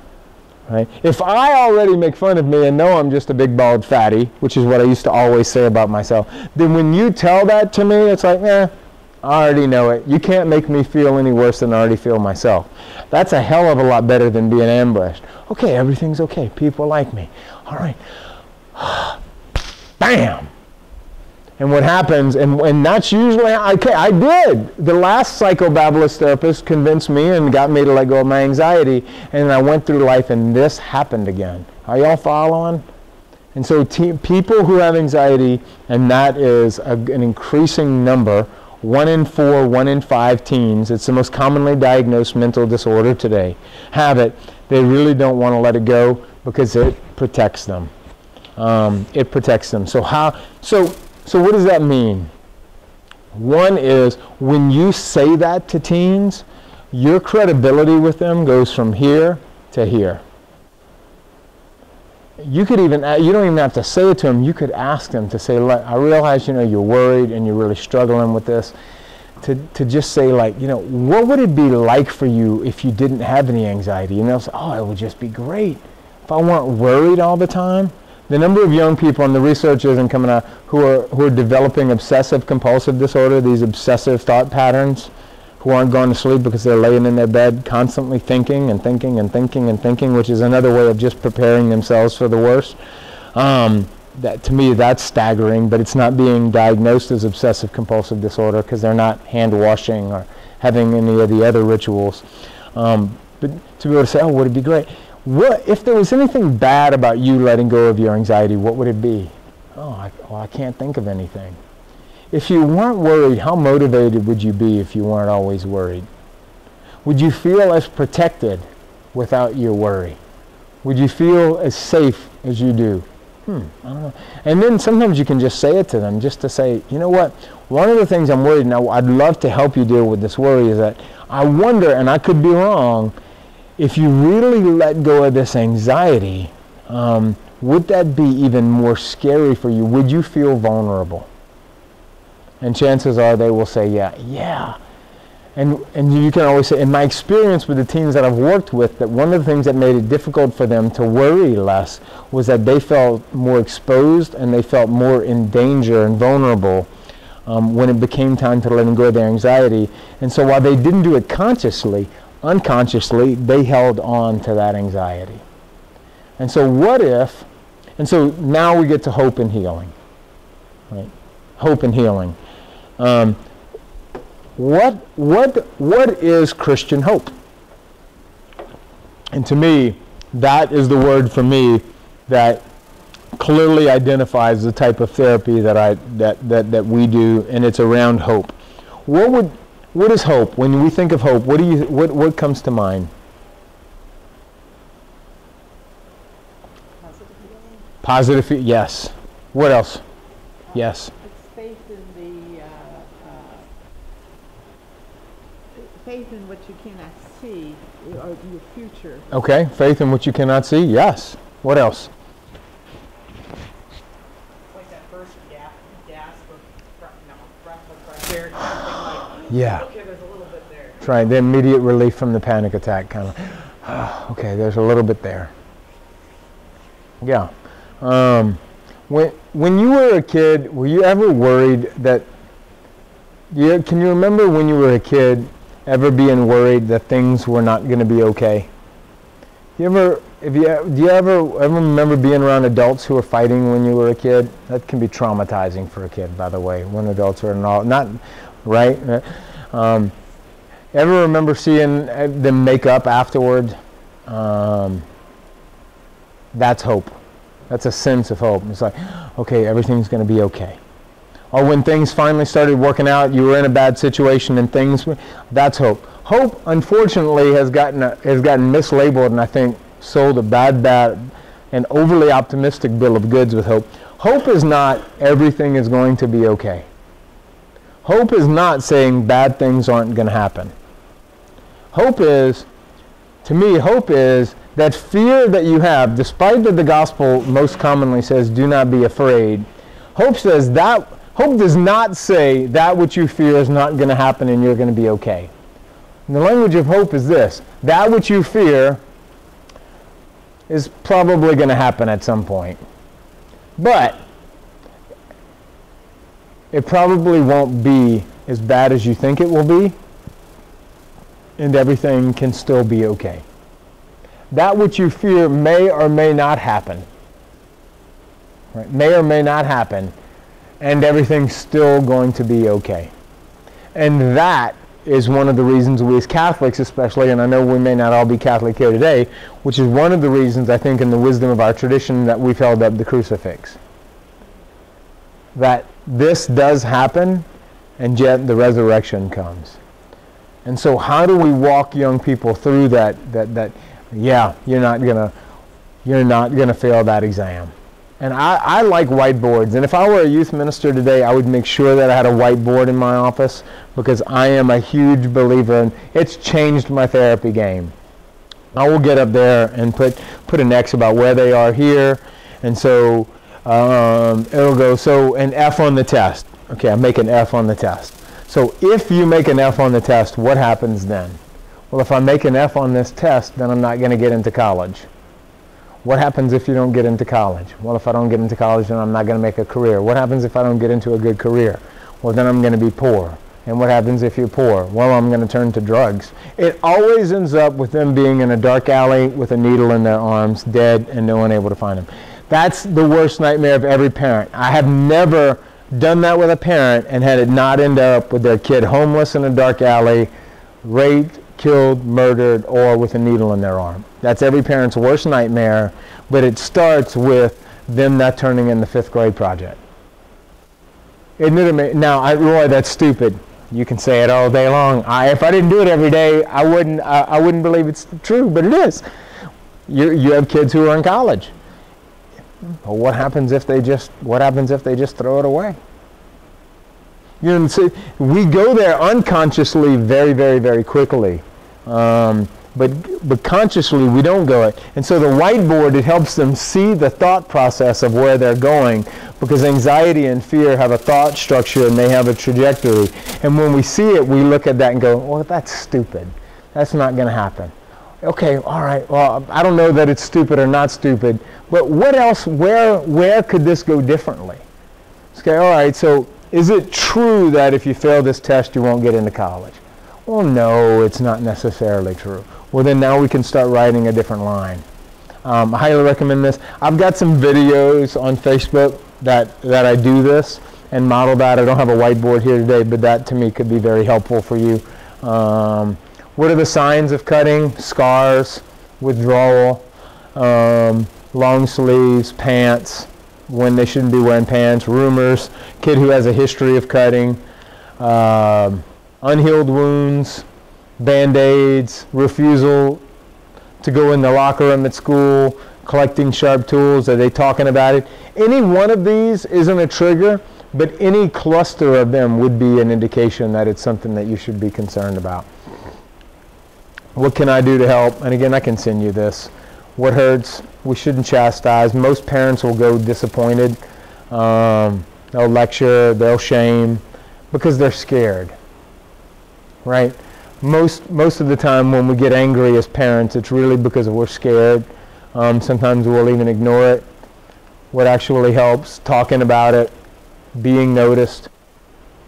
And again, what person wants to acknowledge that this is actually happening, whether it's your kid or not? We don't want to look at those cuts and those wounds. And teens often won't want to show them to you. But if you have a relationship, I think it can be a good thing to ask. Expressing concern. Early intervention helps. Empathy, compassion. All right. Asking permission. This is a critical skill in conversing with teens. It's very subtle, but if there's a sensitive topic that you know the teen might not want to talk about, I do this daily, hourly. Would it be okay if we talked about this? Would it be okay if we just talked about the homecoming dance? That very unconsciously unlocks a little bit of their resistance and lowers their resistance. They don't even realize it, but it's very subtle and it's very elegant. It's a very respectful gesture, right? It's a very respectful gesture. Say, hey, would it be okay if we talked about it? And then the teen will almost always say yes, but at least they know that you respected them enough to give them the option to say no, and it opens them up a little bit. being in relationship, expressing concern, not giving therapy. Talking with them is not necessarily therapy. And, you know, a lot of, well, I'm not a therapist. I know you're not a therapist, but if the teen's talking to you, this is for youth ministers, this is certainly a referral, something that you should refer out for. You should definitely refer out for. But there's a lot you can do while waiting for them to make contact with the therapist. Go with them to the therapist. All right. I don't think I have anything. Observe, consult, intervene, refer. Yeah. All right. Any questions on self-injurious behavior? I'll happily email you all these slides. So most commonly farms in like 5? Yeah, until bikini season, like around about February, March, what I start seeing, especially for girls, or swimsuit season, what the cuts will go from here in the wintertime. They'll because it's easier to cut here. This is a very sensitive spot. The other advantage of doing it here is that it's most easily seen, and I've heard a number of teens tell me that they like being able to see it. They like being able to see it. I know, but it's one. As one teen told me, I feel like there's so many aspects of myself that I don't understand, and I can't see who I am. I can see this. And in the words of one guy, he just said, he goes, I don't know what it is, but when I see the blood flowing out, for me, that's what does it for me. I feel better. All day long, I anticipate seeing it. So they prefer to do it here, but they can't do it here during the summer. Right, or this, so it'll go under the bikini line or the bathing suit line, you know, in the spring. And again, I wouldn't ask a kid if I have no other reason to ask them. I'm not going to ask to be able to, hey, let me make sure you're not cutting. And they're like, okay, crazy. But if I've got some reasons to say, then I might. Yeah. Any questions on that? Self-injurious behavior. All right, I know it's time for me to shut up. I'll hang out, and I'll certainly chime in if necessary, if I can help. Kim, did you want to say something? No, you know, the only thing that while you were talking about the whiteboard and the graph, and so I can listen to you, I have to write my thoughts down so I can have to pay attention. Yeah. But I had wrote down that you were talking about hope. A lot of times on retreats we'll do life graphs where kids put their high points and their low points. Yes. The beauty of the life graph is the end result is it offers hope, because they can see that, you know, bad things happen, yes. good things happen, bad things happen, good. Wait a second, this is a pattern, you know. And then if you get to share a little bit about your life experience, they recognize that you've had bad things and good things and bad things and good things. Paschal mystery, part of life, that's how we grow.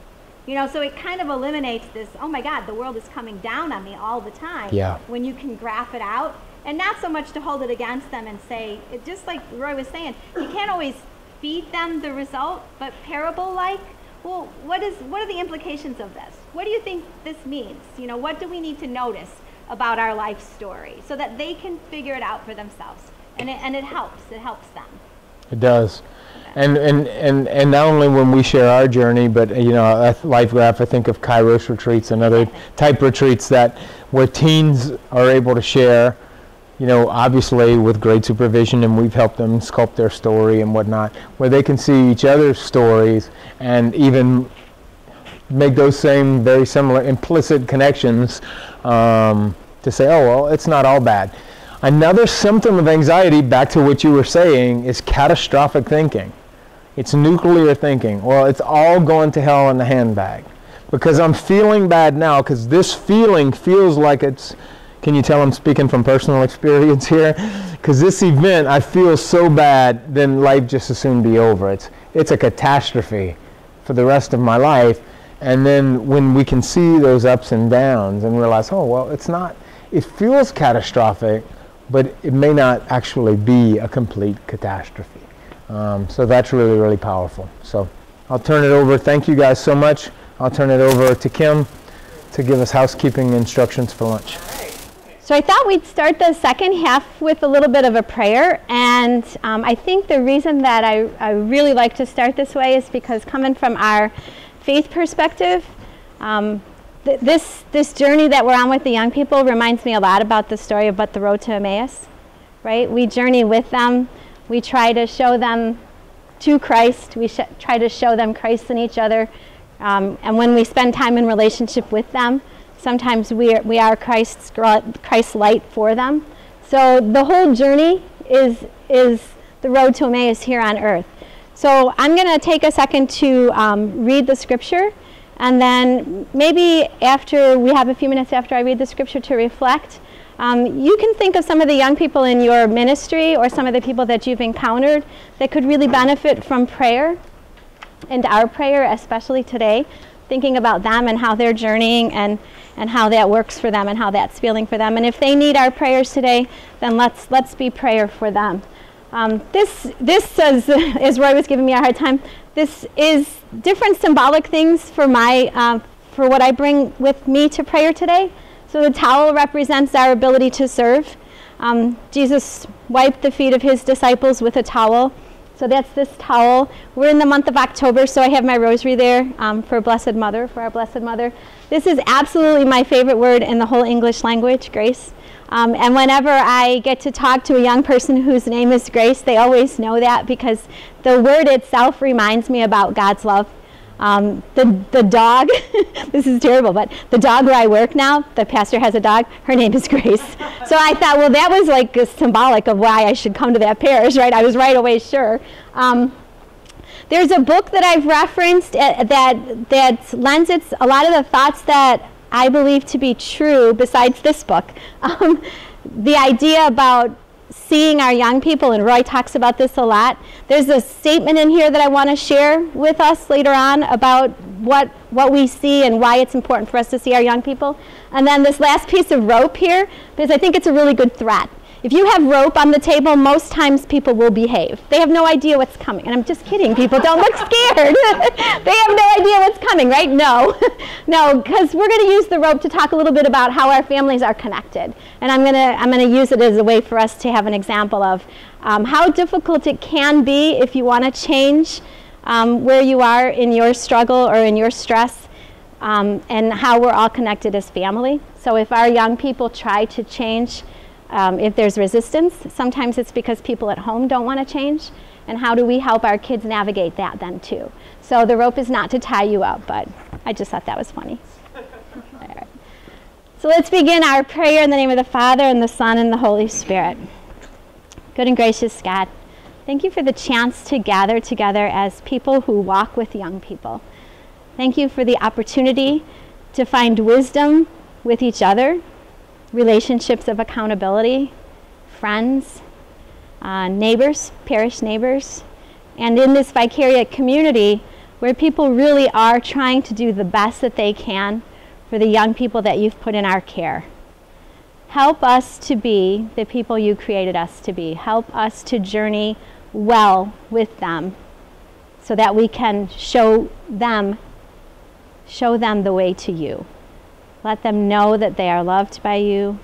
Let them know through our actions that you care greatly for them and deeply for them. Let us walk together on the road to Emmaus. Now on that same day, 2 of them were going to a village called Emmaus, about 7 miles from Jerusalem, and talking with each other about all these things that had happened. While they were talking and discussing, Jesus himself came near and went with them, but their eyes were kept from recognizing him. And he said to them, "What are you discussing with each other while you walk along?" They stood still, looking sad. Then one of them, whose name was Cleopas, answered, "Are you the only stranger in Jerusalem who does not know the things that have taken place in these days?" He asked them, "What things?" They replied, "The things about Jesus of Nazareth, who was a prophet, mighty in deed and word before God and all the people, and how our chief priests and leaders handed him over to be condemned to death and crucified. But we had hoped that he was the one to redeem Israel.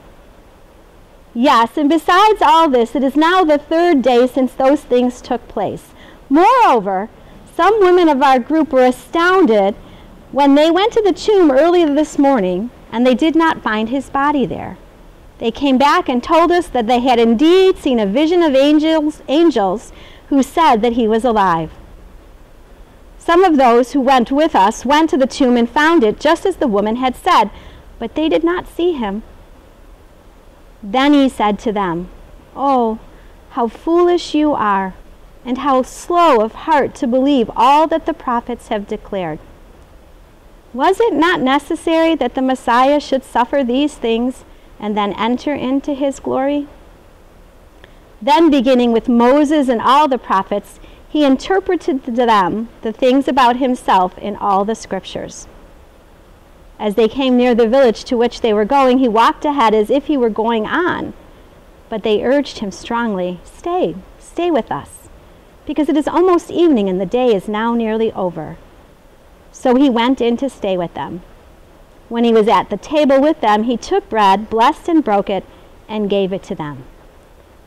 Then their eyes were opened, and they recognized him, and he vanished from their sight.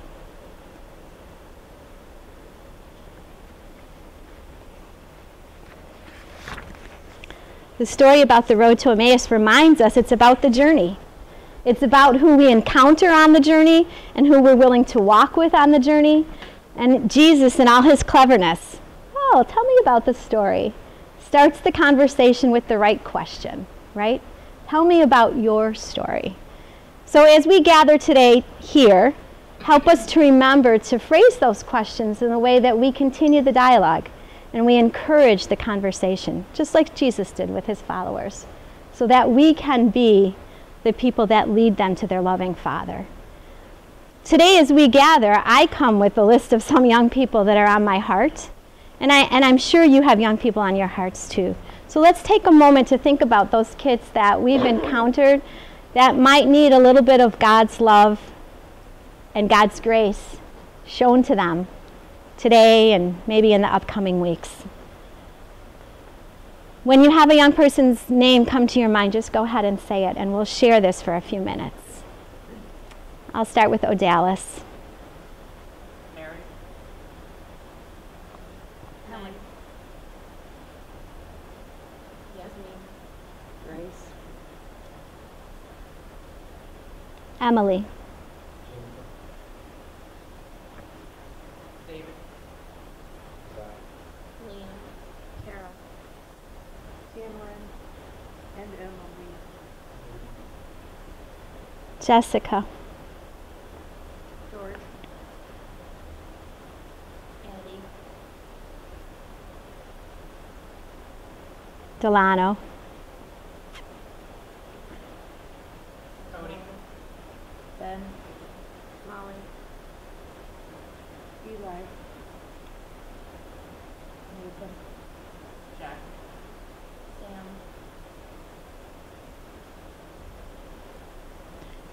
Jared. John Brady.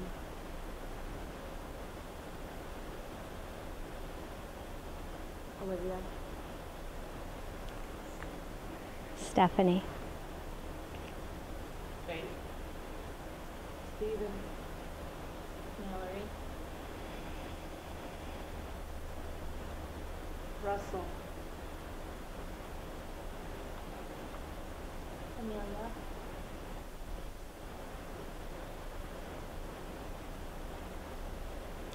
Good and gracious God, we ask you that these young people and all the young people that we hold in our hearts feel your great love for them. Encounter someone today that reminds them that you're there for them and that you're walking with them. Help us to be Christ's light to them.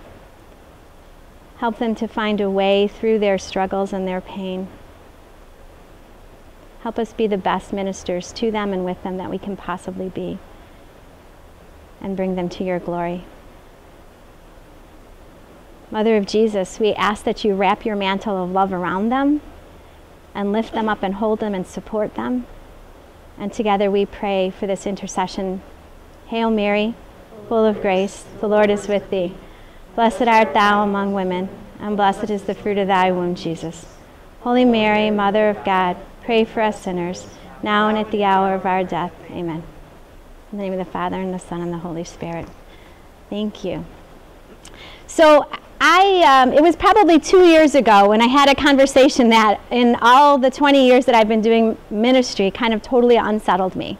So we're in our youth group meeting night, and one of my young girls who actually has autism, but she was participating in the youth program at our parish.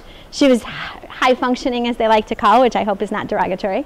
But really, if someone saw her, they wouldn't have known. She was the kind of young person that really fit in really well. It was the emotional thing that she didn't get, how to show her emotions, how to share what was appropriate to share and what was not appropriate to share. So these young girls sitting at the table with 2 other girls nearby, and she's flipping through pictures on her phone.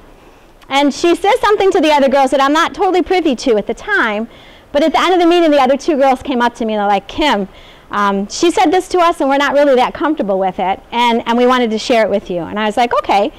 Well, she was showing us pictures of guys kissing. And she said, looking at pictures like this gives me pleasure. What about you? What do you think about that? And the girls didn't know what to do and they didn't know what to say. And they never shared exactly what they said at that point. But I could understand why they were a little unsettled and why they were a little confused, because they didn't know what to do with that. So I said, well, don't worry about it. I'll make sure I talk to her. Please don't mention it. Please don't post about it.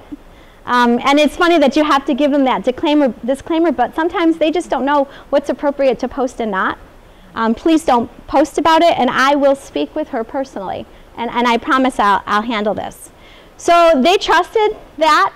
They left the room, and then I started praying. I was like, oh my gosh, where do we go with this? And really, it took me a little bit of time to think about it. I mean, I was glad it was a Monday night. I could go home and go to sleep. It didn't have to be dealt with at 9:30 that night. It was something that we definitely could approach the next day. So most of my rest that evening was interspersed with, oh my gosh, who do we need to talk to? What do we need to do? What are we going to do? And I went through the kind of the criteria that I'm going to kind of share today.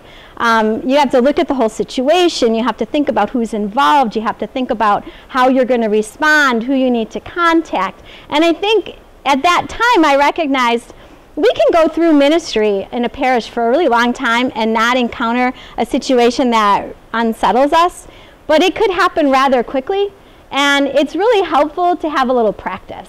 We talk about practicing things of our faith. I think as people who work with young people, we have to practice those conversations too. We have to be comfortable saying someone from the lesbian, gay, transgender, bisexual community. We have to be comfortable saying those words so that when we sit down in a conversation, we're authentic with our young people and not like, you know, doing that whole head thing like, you know, because sometimes that's what comes out instead of they're lesbians or she's gay or he's gay. So I think it's really important for us to have those conversations here where we can practice the words and practice what we'd say and practice the questions, like Roy was kind of telling us. It's the questions that bring the conversation. And those are the things that are going to make us better at what we do. So coming to my rope. So I'm going to let you stand up, and this is kind of what I want to have it as an example. So everybody come up and take a little piece of this rope. And let's say your mom and your dad and you're a high school student and you're their sibling and you can be dad's girlfriend. Back up. Back up. Everybody's going to make this circle a little bit taut, right? Where's our high school student? So our high school student's having a little bit of trouble navigating this new relationship that the dad has and doesn't exactly know how to share that information with mom. And they want to make a change in the way things are happening at home. And everybody else stand really firm. Go ahead and try to move away from the situation or change the direction that you're going, high school student. What happens when you try to change? There's a lot of resistance. Is the group letting you move? No. No, because a lot of times we're stuck in patterns that are comfortable for the people around us, not necessarily comfortable for us. Now move, and everyone give Emily, right? No, yes? Edith. Everyone give Edith a little slack. Now try to move in another direction. You can step back. Keep going. Keep going. Keep going. Keep going. What happens when Edith moves? What happens to our family? We all have to move, right? So, yeah, right? So how difficult or easy is that? When you're in a family situation and you have some crisis or stress right in that family, it's very difficult to try to change anything on your own. Because if you change the dynamics of what's going on, everybody is forced to change. And change is uncomfortable. So this is what our young people encounter. Hold that gently. Keep that in mind. Okay, so I'll take your roles back. I said Dad's girlfriend because on the recent Kairos retreat, go ahead, you can sit down. Yeah. On a recent Kairos retreat, I found an absurdly large amount of young girls who were complaining or talking about the stress involved in navigating the relationship of Dad's new girlfriend. Divorced parents, Dad's girlfriend. Is she my boss? Does she get to tell me what to do? How do I have a relationship with her? And girl relationships are difficult because they're layered, right? It's really hard, and there's a lot of girls that had that as a real struggle for them. So in the Renewing the Vision document, as youth ministry leaders, we kind of look to this for some guidance. There are 8 components that are a part of the youth ministry. Pastoral care is one of those components. So we don't have the license that Roy does, but we are sometimes the face of encounter or the face that the young people will be engaged with, and it's really part of our responsibility in the area of pastoral care to be willing to walk with them, be empathetic to them, and help them a little bit navigate some of these difficult situations, because the truth is they have a lot of difficult situations in their lives. Bob McCarty says this, the word for danger, the word for crisis in Chinese is the 2 symbols of danger and opportunity. Now, how poignant is that, right? Crisis occurs right in the middle of danger and opportunity, right? So our young people, and if I'm not doing this to not give you hope, because I thought we talked a lot about that, we're going to get to hope. These are some of the things that cause our young people stress.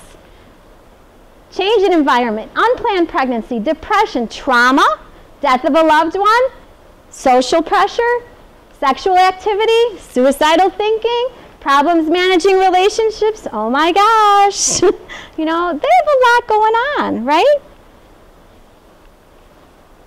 A school shooting, that might not have been something that was something we encountered years ago.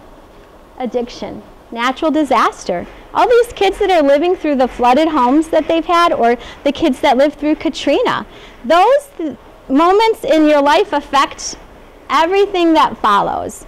Those things add to the stress and trauma that people are dealing with in life. Abortion, lack of discipline. Sometimes that's unintentional by parents, but they don't always know what to do to discipline their kids. A bad bond between a parent and a child, any critical situation. That's a lot of things that are happening for our young people. What do you think the implications of recognizing all that is for us in ministry? What would you imagine the implications are for that?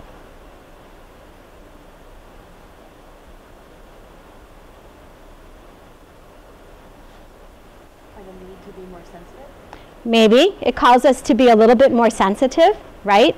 To recognize that. Good. What other implications can be found with all that information?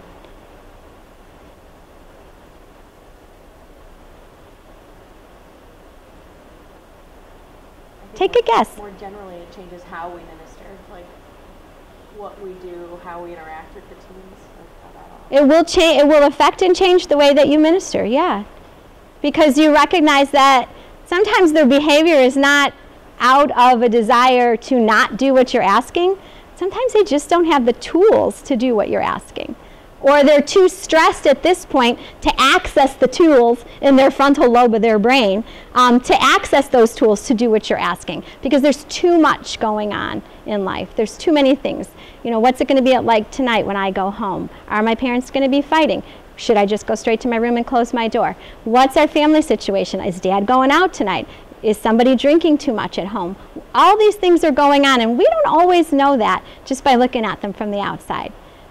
People who ran into the young girl with the pictures didn't always know what was going on because she wasn't really good about showing her emotions. But all our kids are like that. So there's a lot of stuff going on sometimes that we just don't have access to. And I think it's important for us to realize that all these things are happening sometimes, and it causes stress and anxiety and trauma in their lives.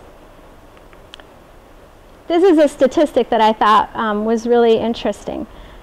Rates of anxiety and depression have soared by 70% in the last 25 years.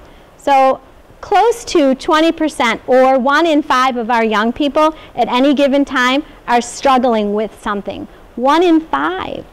So when you have an event and you have X amount of kids there, think about that. 1 in 5 are struggling with some kind of anxiety, stress, trauma. That's a high statistic of kids that we're walking with. So I talked a little bit about us walking with young people, the pastoral care, looking at the sheep that are lost, looking at the sheep that are on the fringes, and making sure we bring them back to walk together, right? When this summer we went to Notre Dame Vision, and I take a group of kids there almost every year for the last 10 years. And Notre Dame's a really safe place for them to explore their faith, and it gives them an opportunity to be among peers who also are peers of faith, so they get to share some of their life experiences. We were thinking about ways to bring that back to the parish so that the parish could see what their donations and fundraising did for our young people. So one of the things that the group came up with was that they would take those adults to Notre Dame to show them what they experienced. And this was really a great opportunity for our community to walk with those young people so that they actually were able to share a valuable experience of faith with the people of their parish community. Some of the things that we need to do in ministry is to make community valuable again. And this was a good way for them to realize that the community is valuable. The community does support them. So these adults on a Saturday got on a bus with our high school students that attended Vision.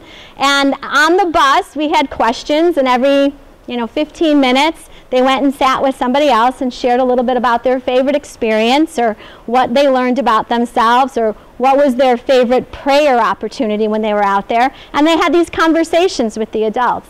And it was sweet to be able to watch it and to be able to see the benefit it was for the young people. So they were sharing their experience, where they prayed, where they did the rosary at the grotto, where was adoration held, where did they sit in the cafeteria, who did they talk to, what did they talk about in small groups with the adults that were walking with them. And I had adults come back to me at the end of the day. One in particular was, she said to me as we got there, she goes, well, now I don't really have to walk with the group, do I? And I looked at her and I said, yeah, you do. That's exactly why you're here. And she's like, because she was my adult who was in the, she was an adult in body, but in the person of the teenager. She's angst. So she shrugged it off, and she did. And at the end of the day, she was grateful. She said, Kim, she said, I feel bad for any of their parents who weren't a part of this, because they missed an opportunity to share their enthusiasm and to share that experience with their parents. They were so overjoyed to share their journey and to be empowered to share that with the other people of faith. Pastoral care, right? How do we walk with our young people? It's a relationship, a process of attending to the needs of the young people and their families in the parish and the community. It's the original Emmaus story: healing, reconciling, growing, supporting, sustaining, guiding, informing. A couple weeks ago, I was sharing some of this information at a gathering in Atlanta. And after I shared a little bit about some of the things that young people might do to get our attention, there was a woman in the, who was listening. She was clearly unsettled by it. And she came up to me at the end and she shared, she had a girl in her youth group that came to an event, and then she was connecting with a boy via text and ended up in the bathroom with this young man, and they didn't do anything but blah, blah, blah. And the adults kind of went off on the pontification, don't you know, haven't we taught you, blah, blah, blah. And after she listened to some of these stressors in kids' lives and the anxiety, she realized that that young person probably needed her companionship and pastoral care more than she needed preaching or a dismissal for her behavior. And she really, if she would have had that information before that experience, probably would have handled it in a very different way. But I think she left there thinking she maybe wanted to change something. She maybe wanted to pursue how she could possibly reach out to that person again. Because she felt that maybe, just like this quote is, the kids who need our attention the most look for it in the most unloving ways. And those are the ones that'll challenge us. Those are the ones that'll call us. Because they need those relationships. So there's qualities to being an effective minister, right? A pastoral minister. And Roy talked on a couple of them, but I'm just going to pull these up really quickly so we can look at them as one group, right? Healthy spirituality is one of them.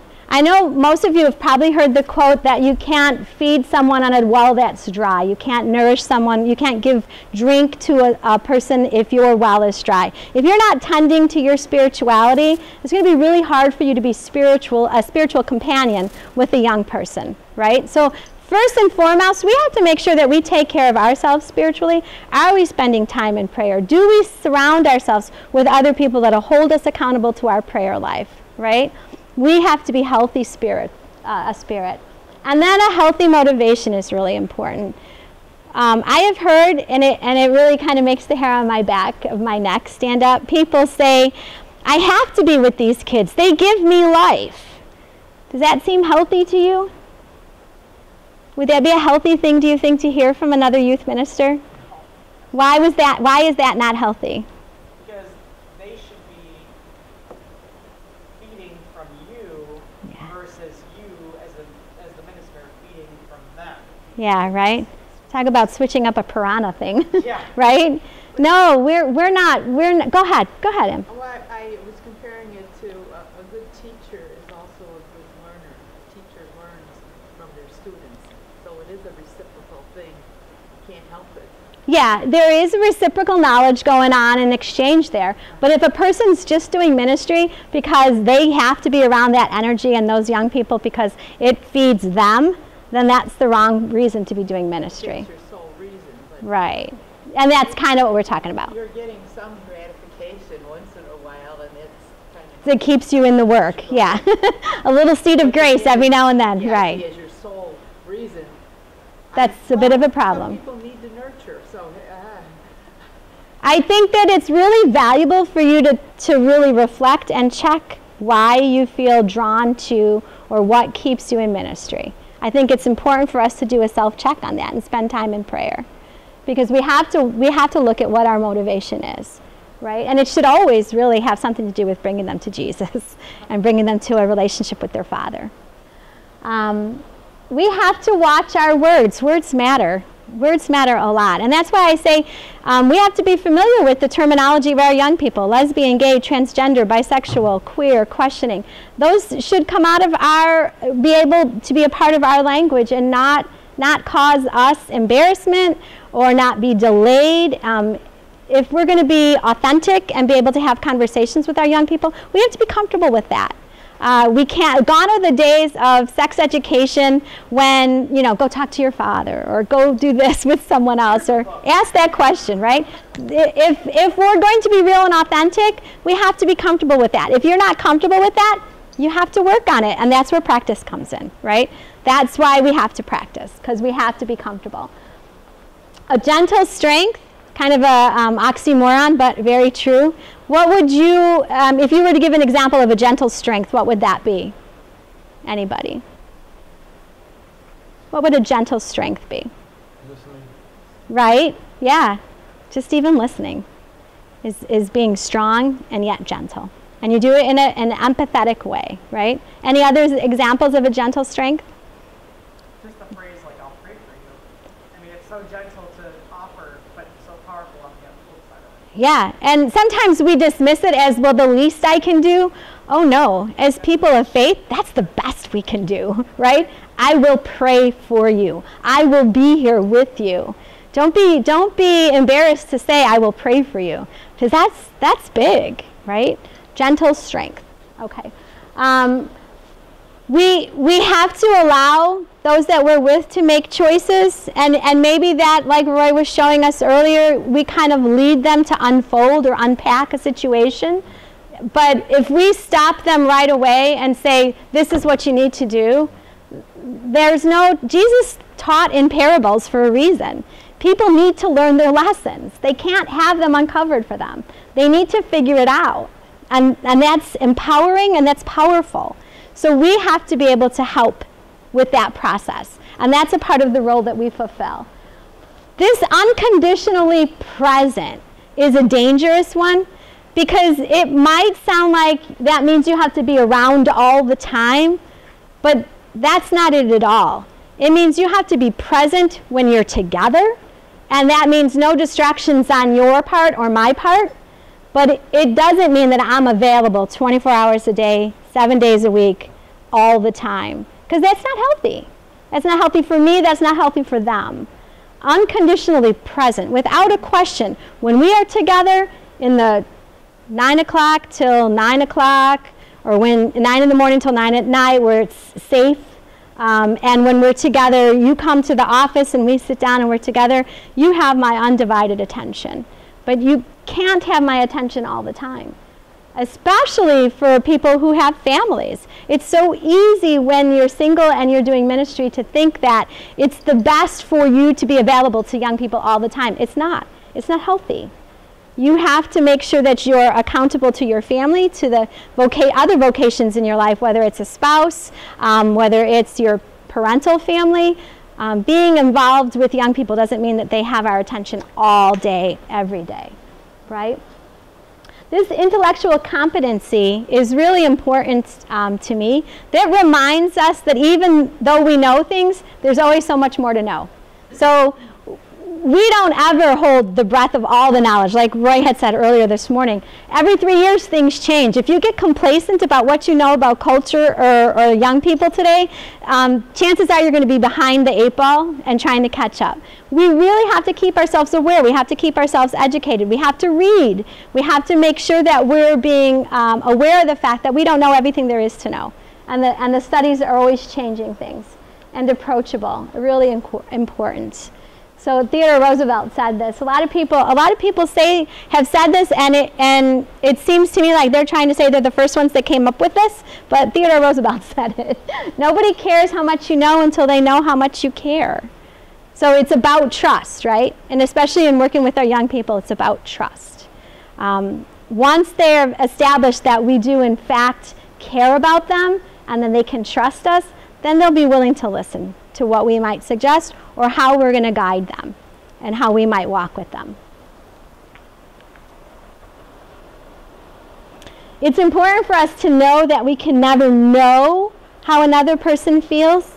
And I think I learned that when I lost the first child I was carrying. People could say, I lost a baby too, I know what that's like. You know what that's like, you don't know how I feel. It's really important for us to remember that with young people too. When they have a situation that might be similar to something that we've experienced, we can understand the situation, but we can't know how they feel. Who's going to know how they feel? Only them. And how are you going to find out how they feel? And even asking, gee, how does that make you feel?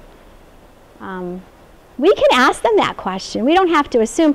It could be I'm angry. It could be I'm really sad. It could be I cannot pick my head up off this pillow. I can't get out of my room. I can't sleep at night. That's how you feel, but we don't know until we ask or until they tell us. So we have to be really cautious about how we approach them and how we share that we're willing to listen to them. And these are some ways for us to make sure that we're being careful about how we listen to them. Active listening. Tell me if you haven't ever experienced active listening or you don't know what active listening is. Everybody knows? Okay, good. Somebody tell me what active listening is. You're looking at the person, you're not distracted, you're following along, their eye contact, appropriate, kind of like, okay, yes, when necessary to show you're engaged. Good, good. Anybody want to add anything else to active listening? You're tracking the story, you've got eye contact going. What else are you doing? Sometimes reiterating what they're saying. This is what I hear, right? I'm hearing, but if I'm wrong, tell me. Because sometimes we hear the wrong things. I have a friend that we often play pigeon catch. But actually, it was because I couldn't understand him. He called it pitch and catch. And I said, pigeon catch, what is that? It wasn't pigeon catch, it was pitch and catch. You see, we have to listen, we have to ask questions. Sometimes we don't get it, and we don't even know it, right? Okay, so things to keep in mind. We don't want to solve the problem, right? We want to listen. And if we get to the point where we're trying to solve before they've shared, or we have the solution before they've shared, then they're going to shut down. They're not going to have anything else to do with us, right? If we don't understand, it's really important that we're honest. I don't understand that. Can you explain that another way? Can you give me another example? I'm having trouble understanding how that made you feel. Maybe you could add a little bit to that story, right? We're going to ask them questions. We're going to suspend our judgment.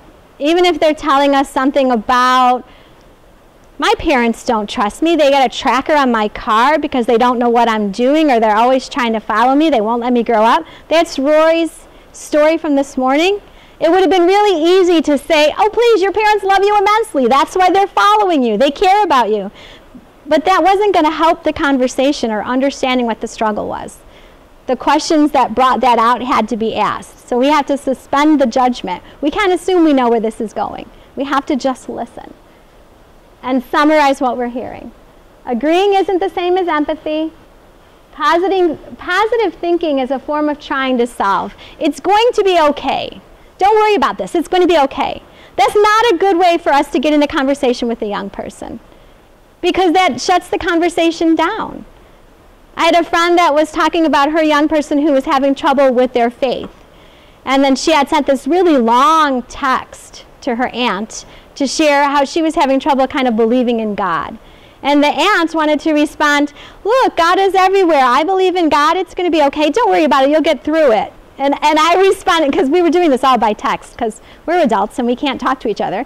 And I responded, don't send that. Because she's like, can I send this? I said, don't send that. I said, send a question. When you end the conversation with your statement, the conversation is over. Do you want to talk about this? Then say, I don't understand what you mean. Give me an example.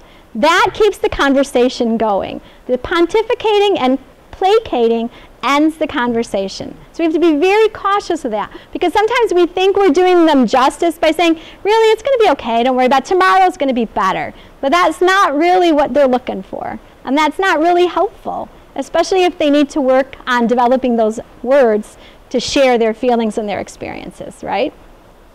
And the reason I'm telling you all this is because in a few minutes I'm going to give you scenarios, and you're going to work in groups so that you can come up with a way to answer the questions or to deal with the scenario. And the reason this is valuable is I don't want you to sit at the table and say, well, I would say something like this, so this is what you do. No, I want you to practice coming up with exactly what you're going to say, because you're going to replay it for us right here.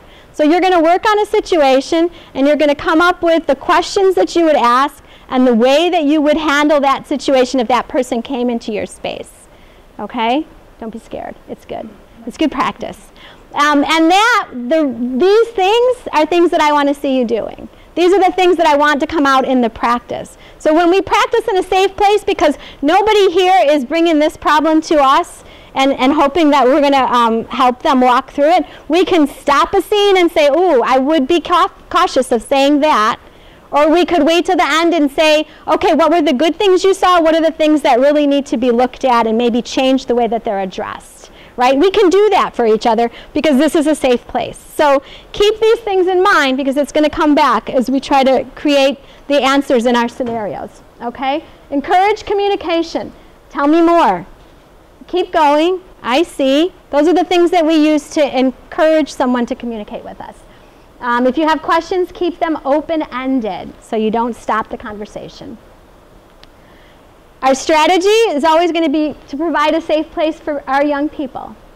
To offer a place to express all emotions without judgments. Non-judgmental validation.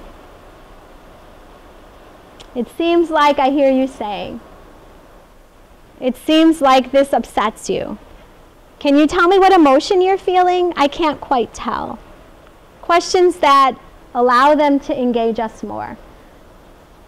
Share real, empathetic, and compassionate care. Support by referral to a professional if needed. And that's a really critical piece. We're not counselors. Some of the stresses and traumas that our young people deal with are things that are family dynamic issues and things that we can help them with, and maybe just help them talk through things and plan a course of action to help themselves. But when we are approached by situations that are out of our realm, which could be cutting should be referred, suicide should be referred, no questions asked. When we encounter those kinds of situations, we have to have a resource toolbox of resources that we can use to give our young person referral. So I would say anybody in the ministry profession should have resources already researched. When you're sitting at your desk and you think, okay, I did the bulletin announcement, I've made my phone calls, I made that good flyer, what should I do now? Because we do that all the time. But definitely check the community resources that you have available to you.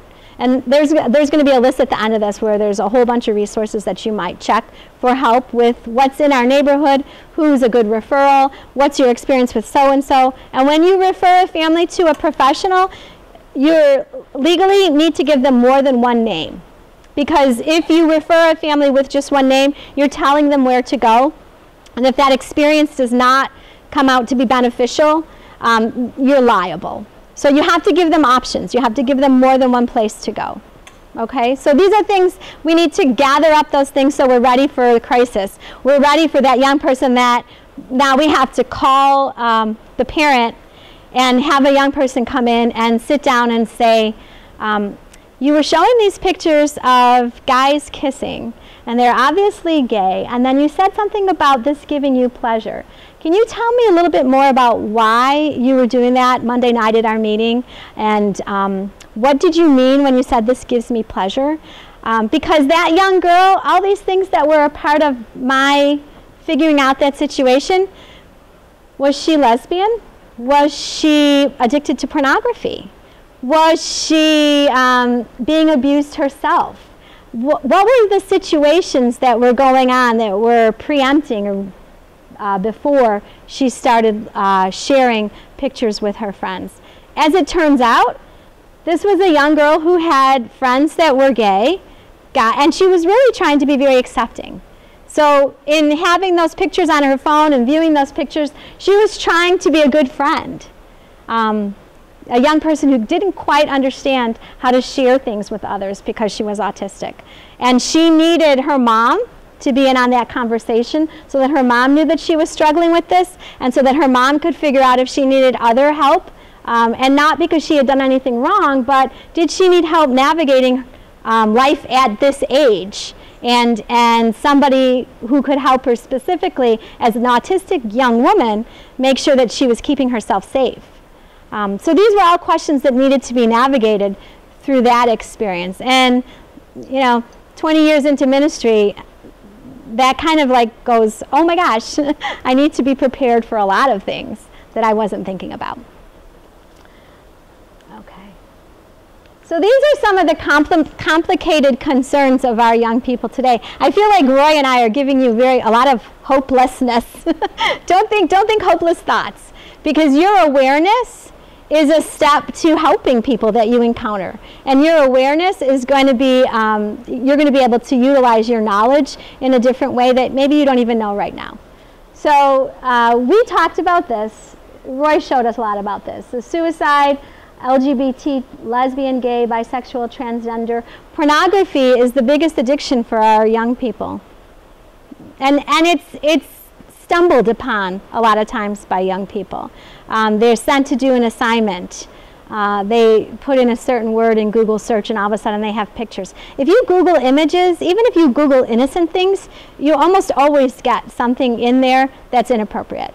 So what this has done is distracted a lot of our young people to looking at pictures that are of pornography. And they don't know what to do with that because it makes you feel good. Like Roy said, it's that immediate, oh, I get a response from this, and it doesn't take any time whatsoever, and then it sends that adrenaline rush. So that's become a legitimate problem for our young people. Priests will say that not without breaking the seal of the confessional, but that's one of the things that they hear a lot from young people in the confessional, is that they can't stop looking at porn. So that's real, and that's something that we need to be prepared for in youth ministry as well, to make sure that we have the resources to refer them to a place that can help them, because that's not something that we can help them with.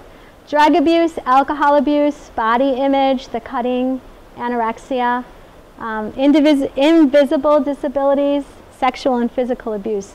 These are kind of the complicated things that are going on for our young people. We talked about those things. So when you encounter a young person who comes to you that has a problem that they need some help navigating, one of the first things that you're going to do is, besides listening, because that's the first thing you're going to do, you need to kind of assess the situation and recognize who are the people that need pastoral care.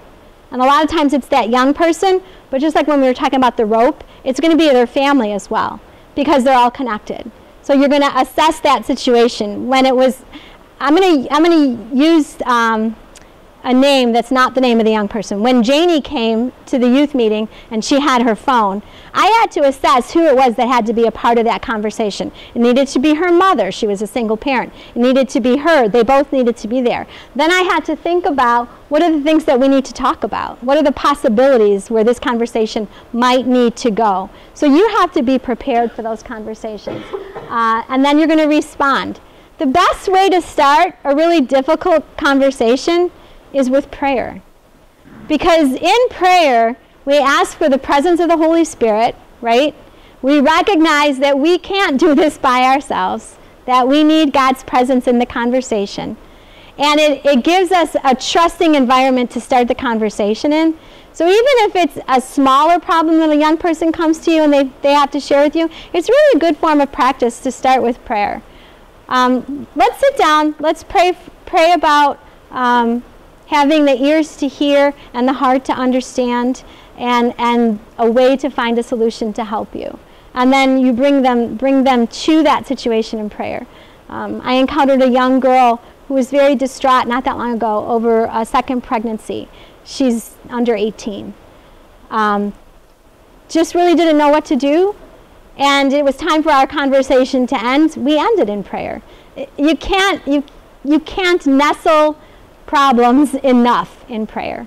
Our example of looking to our loving Father to help us is a good example for them. And the fact that we can say, we don't have all the answers, but we want the presence of the Holy Spirit in this conversation, because that's real and that's helpful, is really important for us to show them, to model for them. So pray, refer, check in, pray again. We can't do it enough around the situation. Go ahead, Ray. On prayer, the other thing it does is it slows this down. And when I do it, I'll just take a deep breath too when I'm praying. I'll be like, and normally the team will do it too. And you were talking about slowing them down, like how do we get them to slow down? And prayer it gives us all a nice permitted way to slow down. Yeah, yeah. The spiritual obligation. Right. So important. Yeah. It's a good way to model how we do it. Like if you're taking your deep breath first, they're going to see that, oh, that's how we enter into pray. But it's helpful because those deep breaths kind of slow our adrenaline and slow our metabolism and all that. They slow it down. Gather information, name the concern, and then you're going to think, is the situation need a referral, right? So those are the things you're going to do. You're going to recognize, you're going to respond, you're going to refer if necessary, and then the last step is to follow up. So if you can say, can I ask you if you made this step? Can we talk a little bit about what we talked about? And it's always important to ask them, especially if they've come to you once and they haven't come to you again, you know, maybe 7 days, 10 days have passed and you haven't heard any more. You might say, is it okay if I check in with you about what you brought to my attention?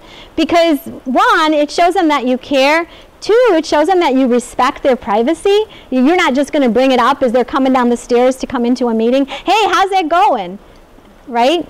But if you walk to them and say, can we talk about it? Can I check in with you? That just shows them that you value what their feelings and their privacy. And it's really important.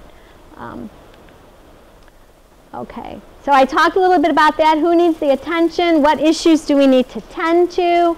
What resources might we bring to the situation? What are the risks? Those are the things that we need to kind of run through our heads so we're prepared.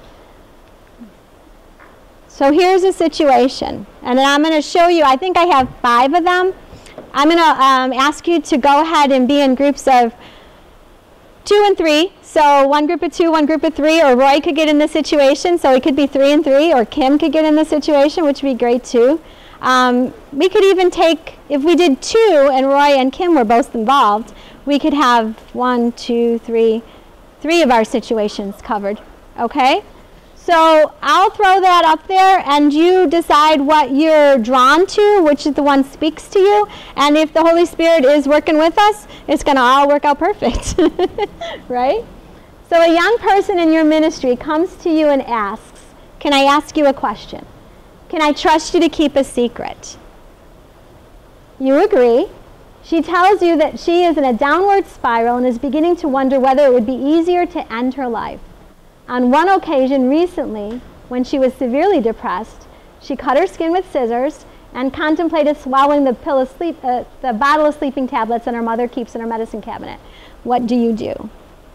So when you role play this, I want you to actually say the things you think you would say. Don't say, then I would say something about this, or I would do that. I want you to really think about the dialogue. I want you to really exchange the dialogue. You can plan together how you see it going, but then I want you to role play. One of you be the youth ministry professional, one of you be the pastoral minister, one of you be the young person. You don't have to continue adding layers to the story, but allow a story in your questions. Allow a story to be a part of that.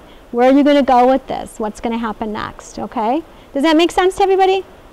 Yeah? Okay. A young person comes to you sharing that they feel a same-sex attraction. They definitely have been having these feelings for at least a year, and they believe that they are gay. They haven't told anyone yet. They are sharing it with you and want your help in telling their parents. What do you do now? Okay, that's another scenario. So the first is a young person who's contemplating suicide. The second is a young person who feels like they identify with being gay. A young person stops by your office while you are deep thought over a bulletin article that you're writing. This happens all the time, right? They ask you if they can talk to you. In the course of their visit, you recognize they are in distress. They confide in you that they were on a date last week with someone that they really liked, but their partner forced them to have sex. They said no, but were unable to leave the vehicle or call for help now. What do you do? By the way, this is Domestic Violence Awareness Month, and talking about relationships and healthy relationships is really important with young people. That was just a sidebar. So this one is about disrespect on a date and a date rape. A boy comes into your office. It seems he's just there to hang out with you before you meet with a group. He confides in you that he was searching for information about a year ago, stumbled onto some sites that had pictures of women in various stages of undress. Now he seeks out sites like that every day and spends a lot of time looking at pornography. What do you do? So we have 4 right now. Should I add the 5th? Or is this enough of a choice? How many groups? Well, I'm thinking we're going to go 2 people in a group, and in that way we could do 3. 1, 2, 3. No. No. That way we could do 3. I'm holding 4 fingers and I'm thinking 3. It's 1, 2, 3, 3, and 1 group of 3. So we can do 3 with 1 group of 3. Have you got enough? Is there one out of those 4 that, or are you just dying to see what's on the clearance rack? All right, last one. A young person, this one is really easy, actually. A young person who you are aware of that has been treated for possible suicide tendencies is uncharacteristically bubbly and happy. She is passing out mementos from her backpack at a youth gathering. She seems okay, but you feel uneasy about her behavior. What do you do? Actually, What does that mean she's passing out mementos? Things that were important to her. Mementos? You know, like, Okay. yeah, not Mentos, not the life mints, not the mints. Okay. Sorry. Oh, it's misspelled. Thank you, Roy. I was like, that, no, I really thought that was the term. I was like, she's passing out. I thought that was like a painting. No. Mementos. All right, so now you know spelling is not one of my gifts. Okay, so we probably could do that one as a group and work with the first, because that one's fairly easy. We could probably work with that one as a group and do the others together. Like I say that one's easy and you're looking at me like you're nuts. Okay, first, if you claim yours first, when the two people are together, you're solid. You want to pick one?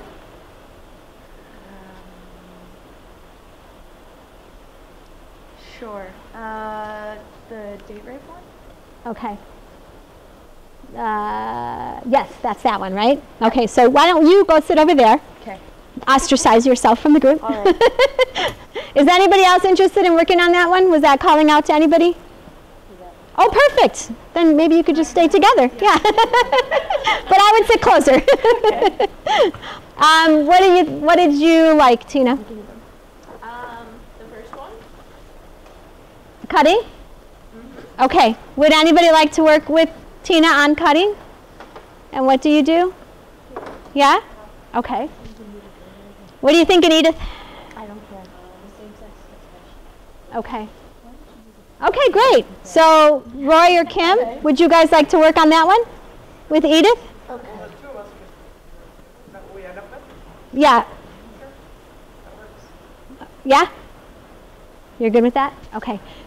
Do you want me to go back to this, this slide so you can see that? What's your preference? Do you want to take a picture of this so you have it in front of you? Go ahead and do that. That's not uncommon. We need the next. Okay, well, Tina's going to get this one and then I'm going to. Turn this off Okay. because we're Yeah.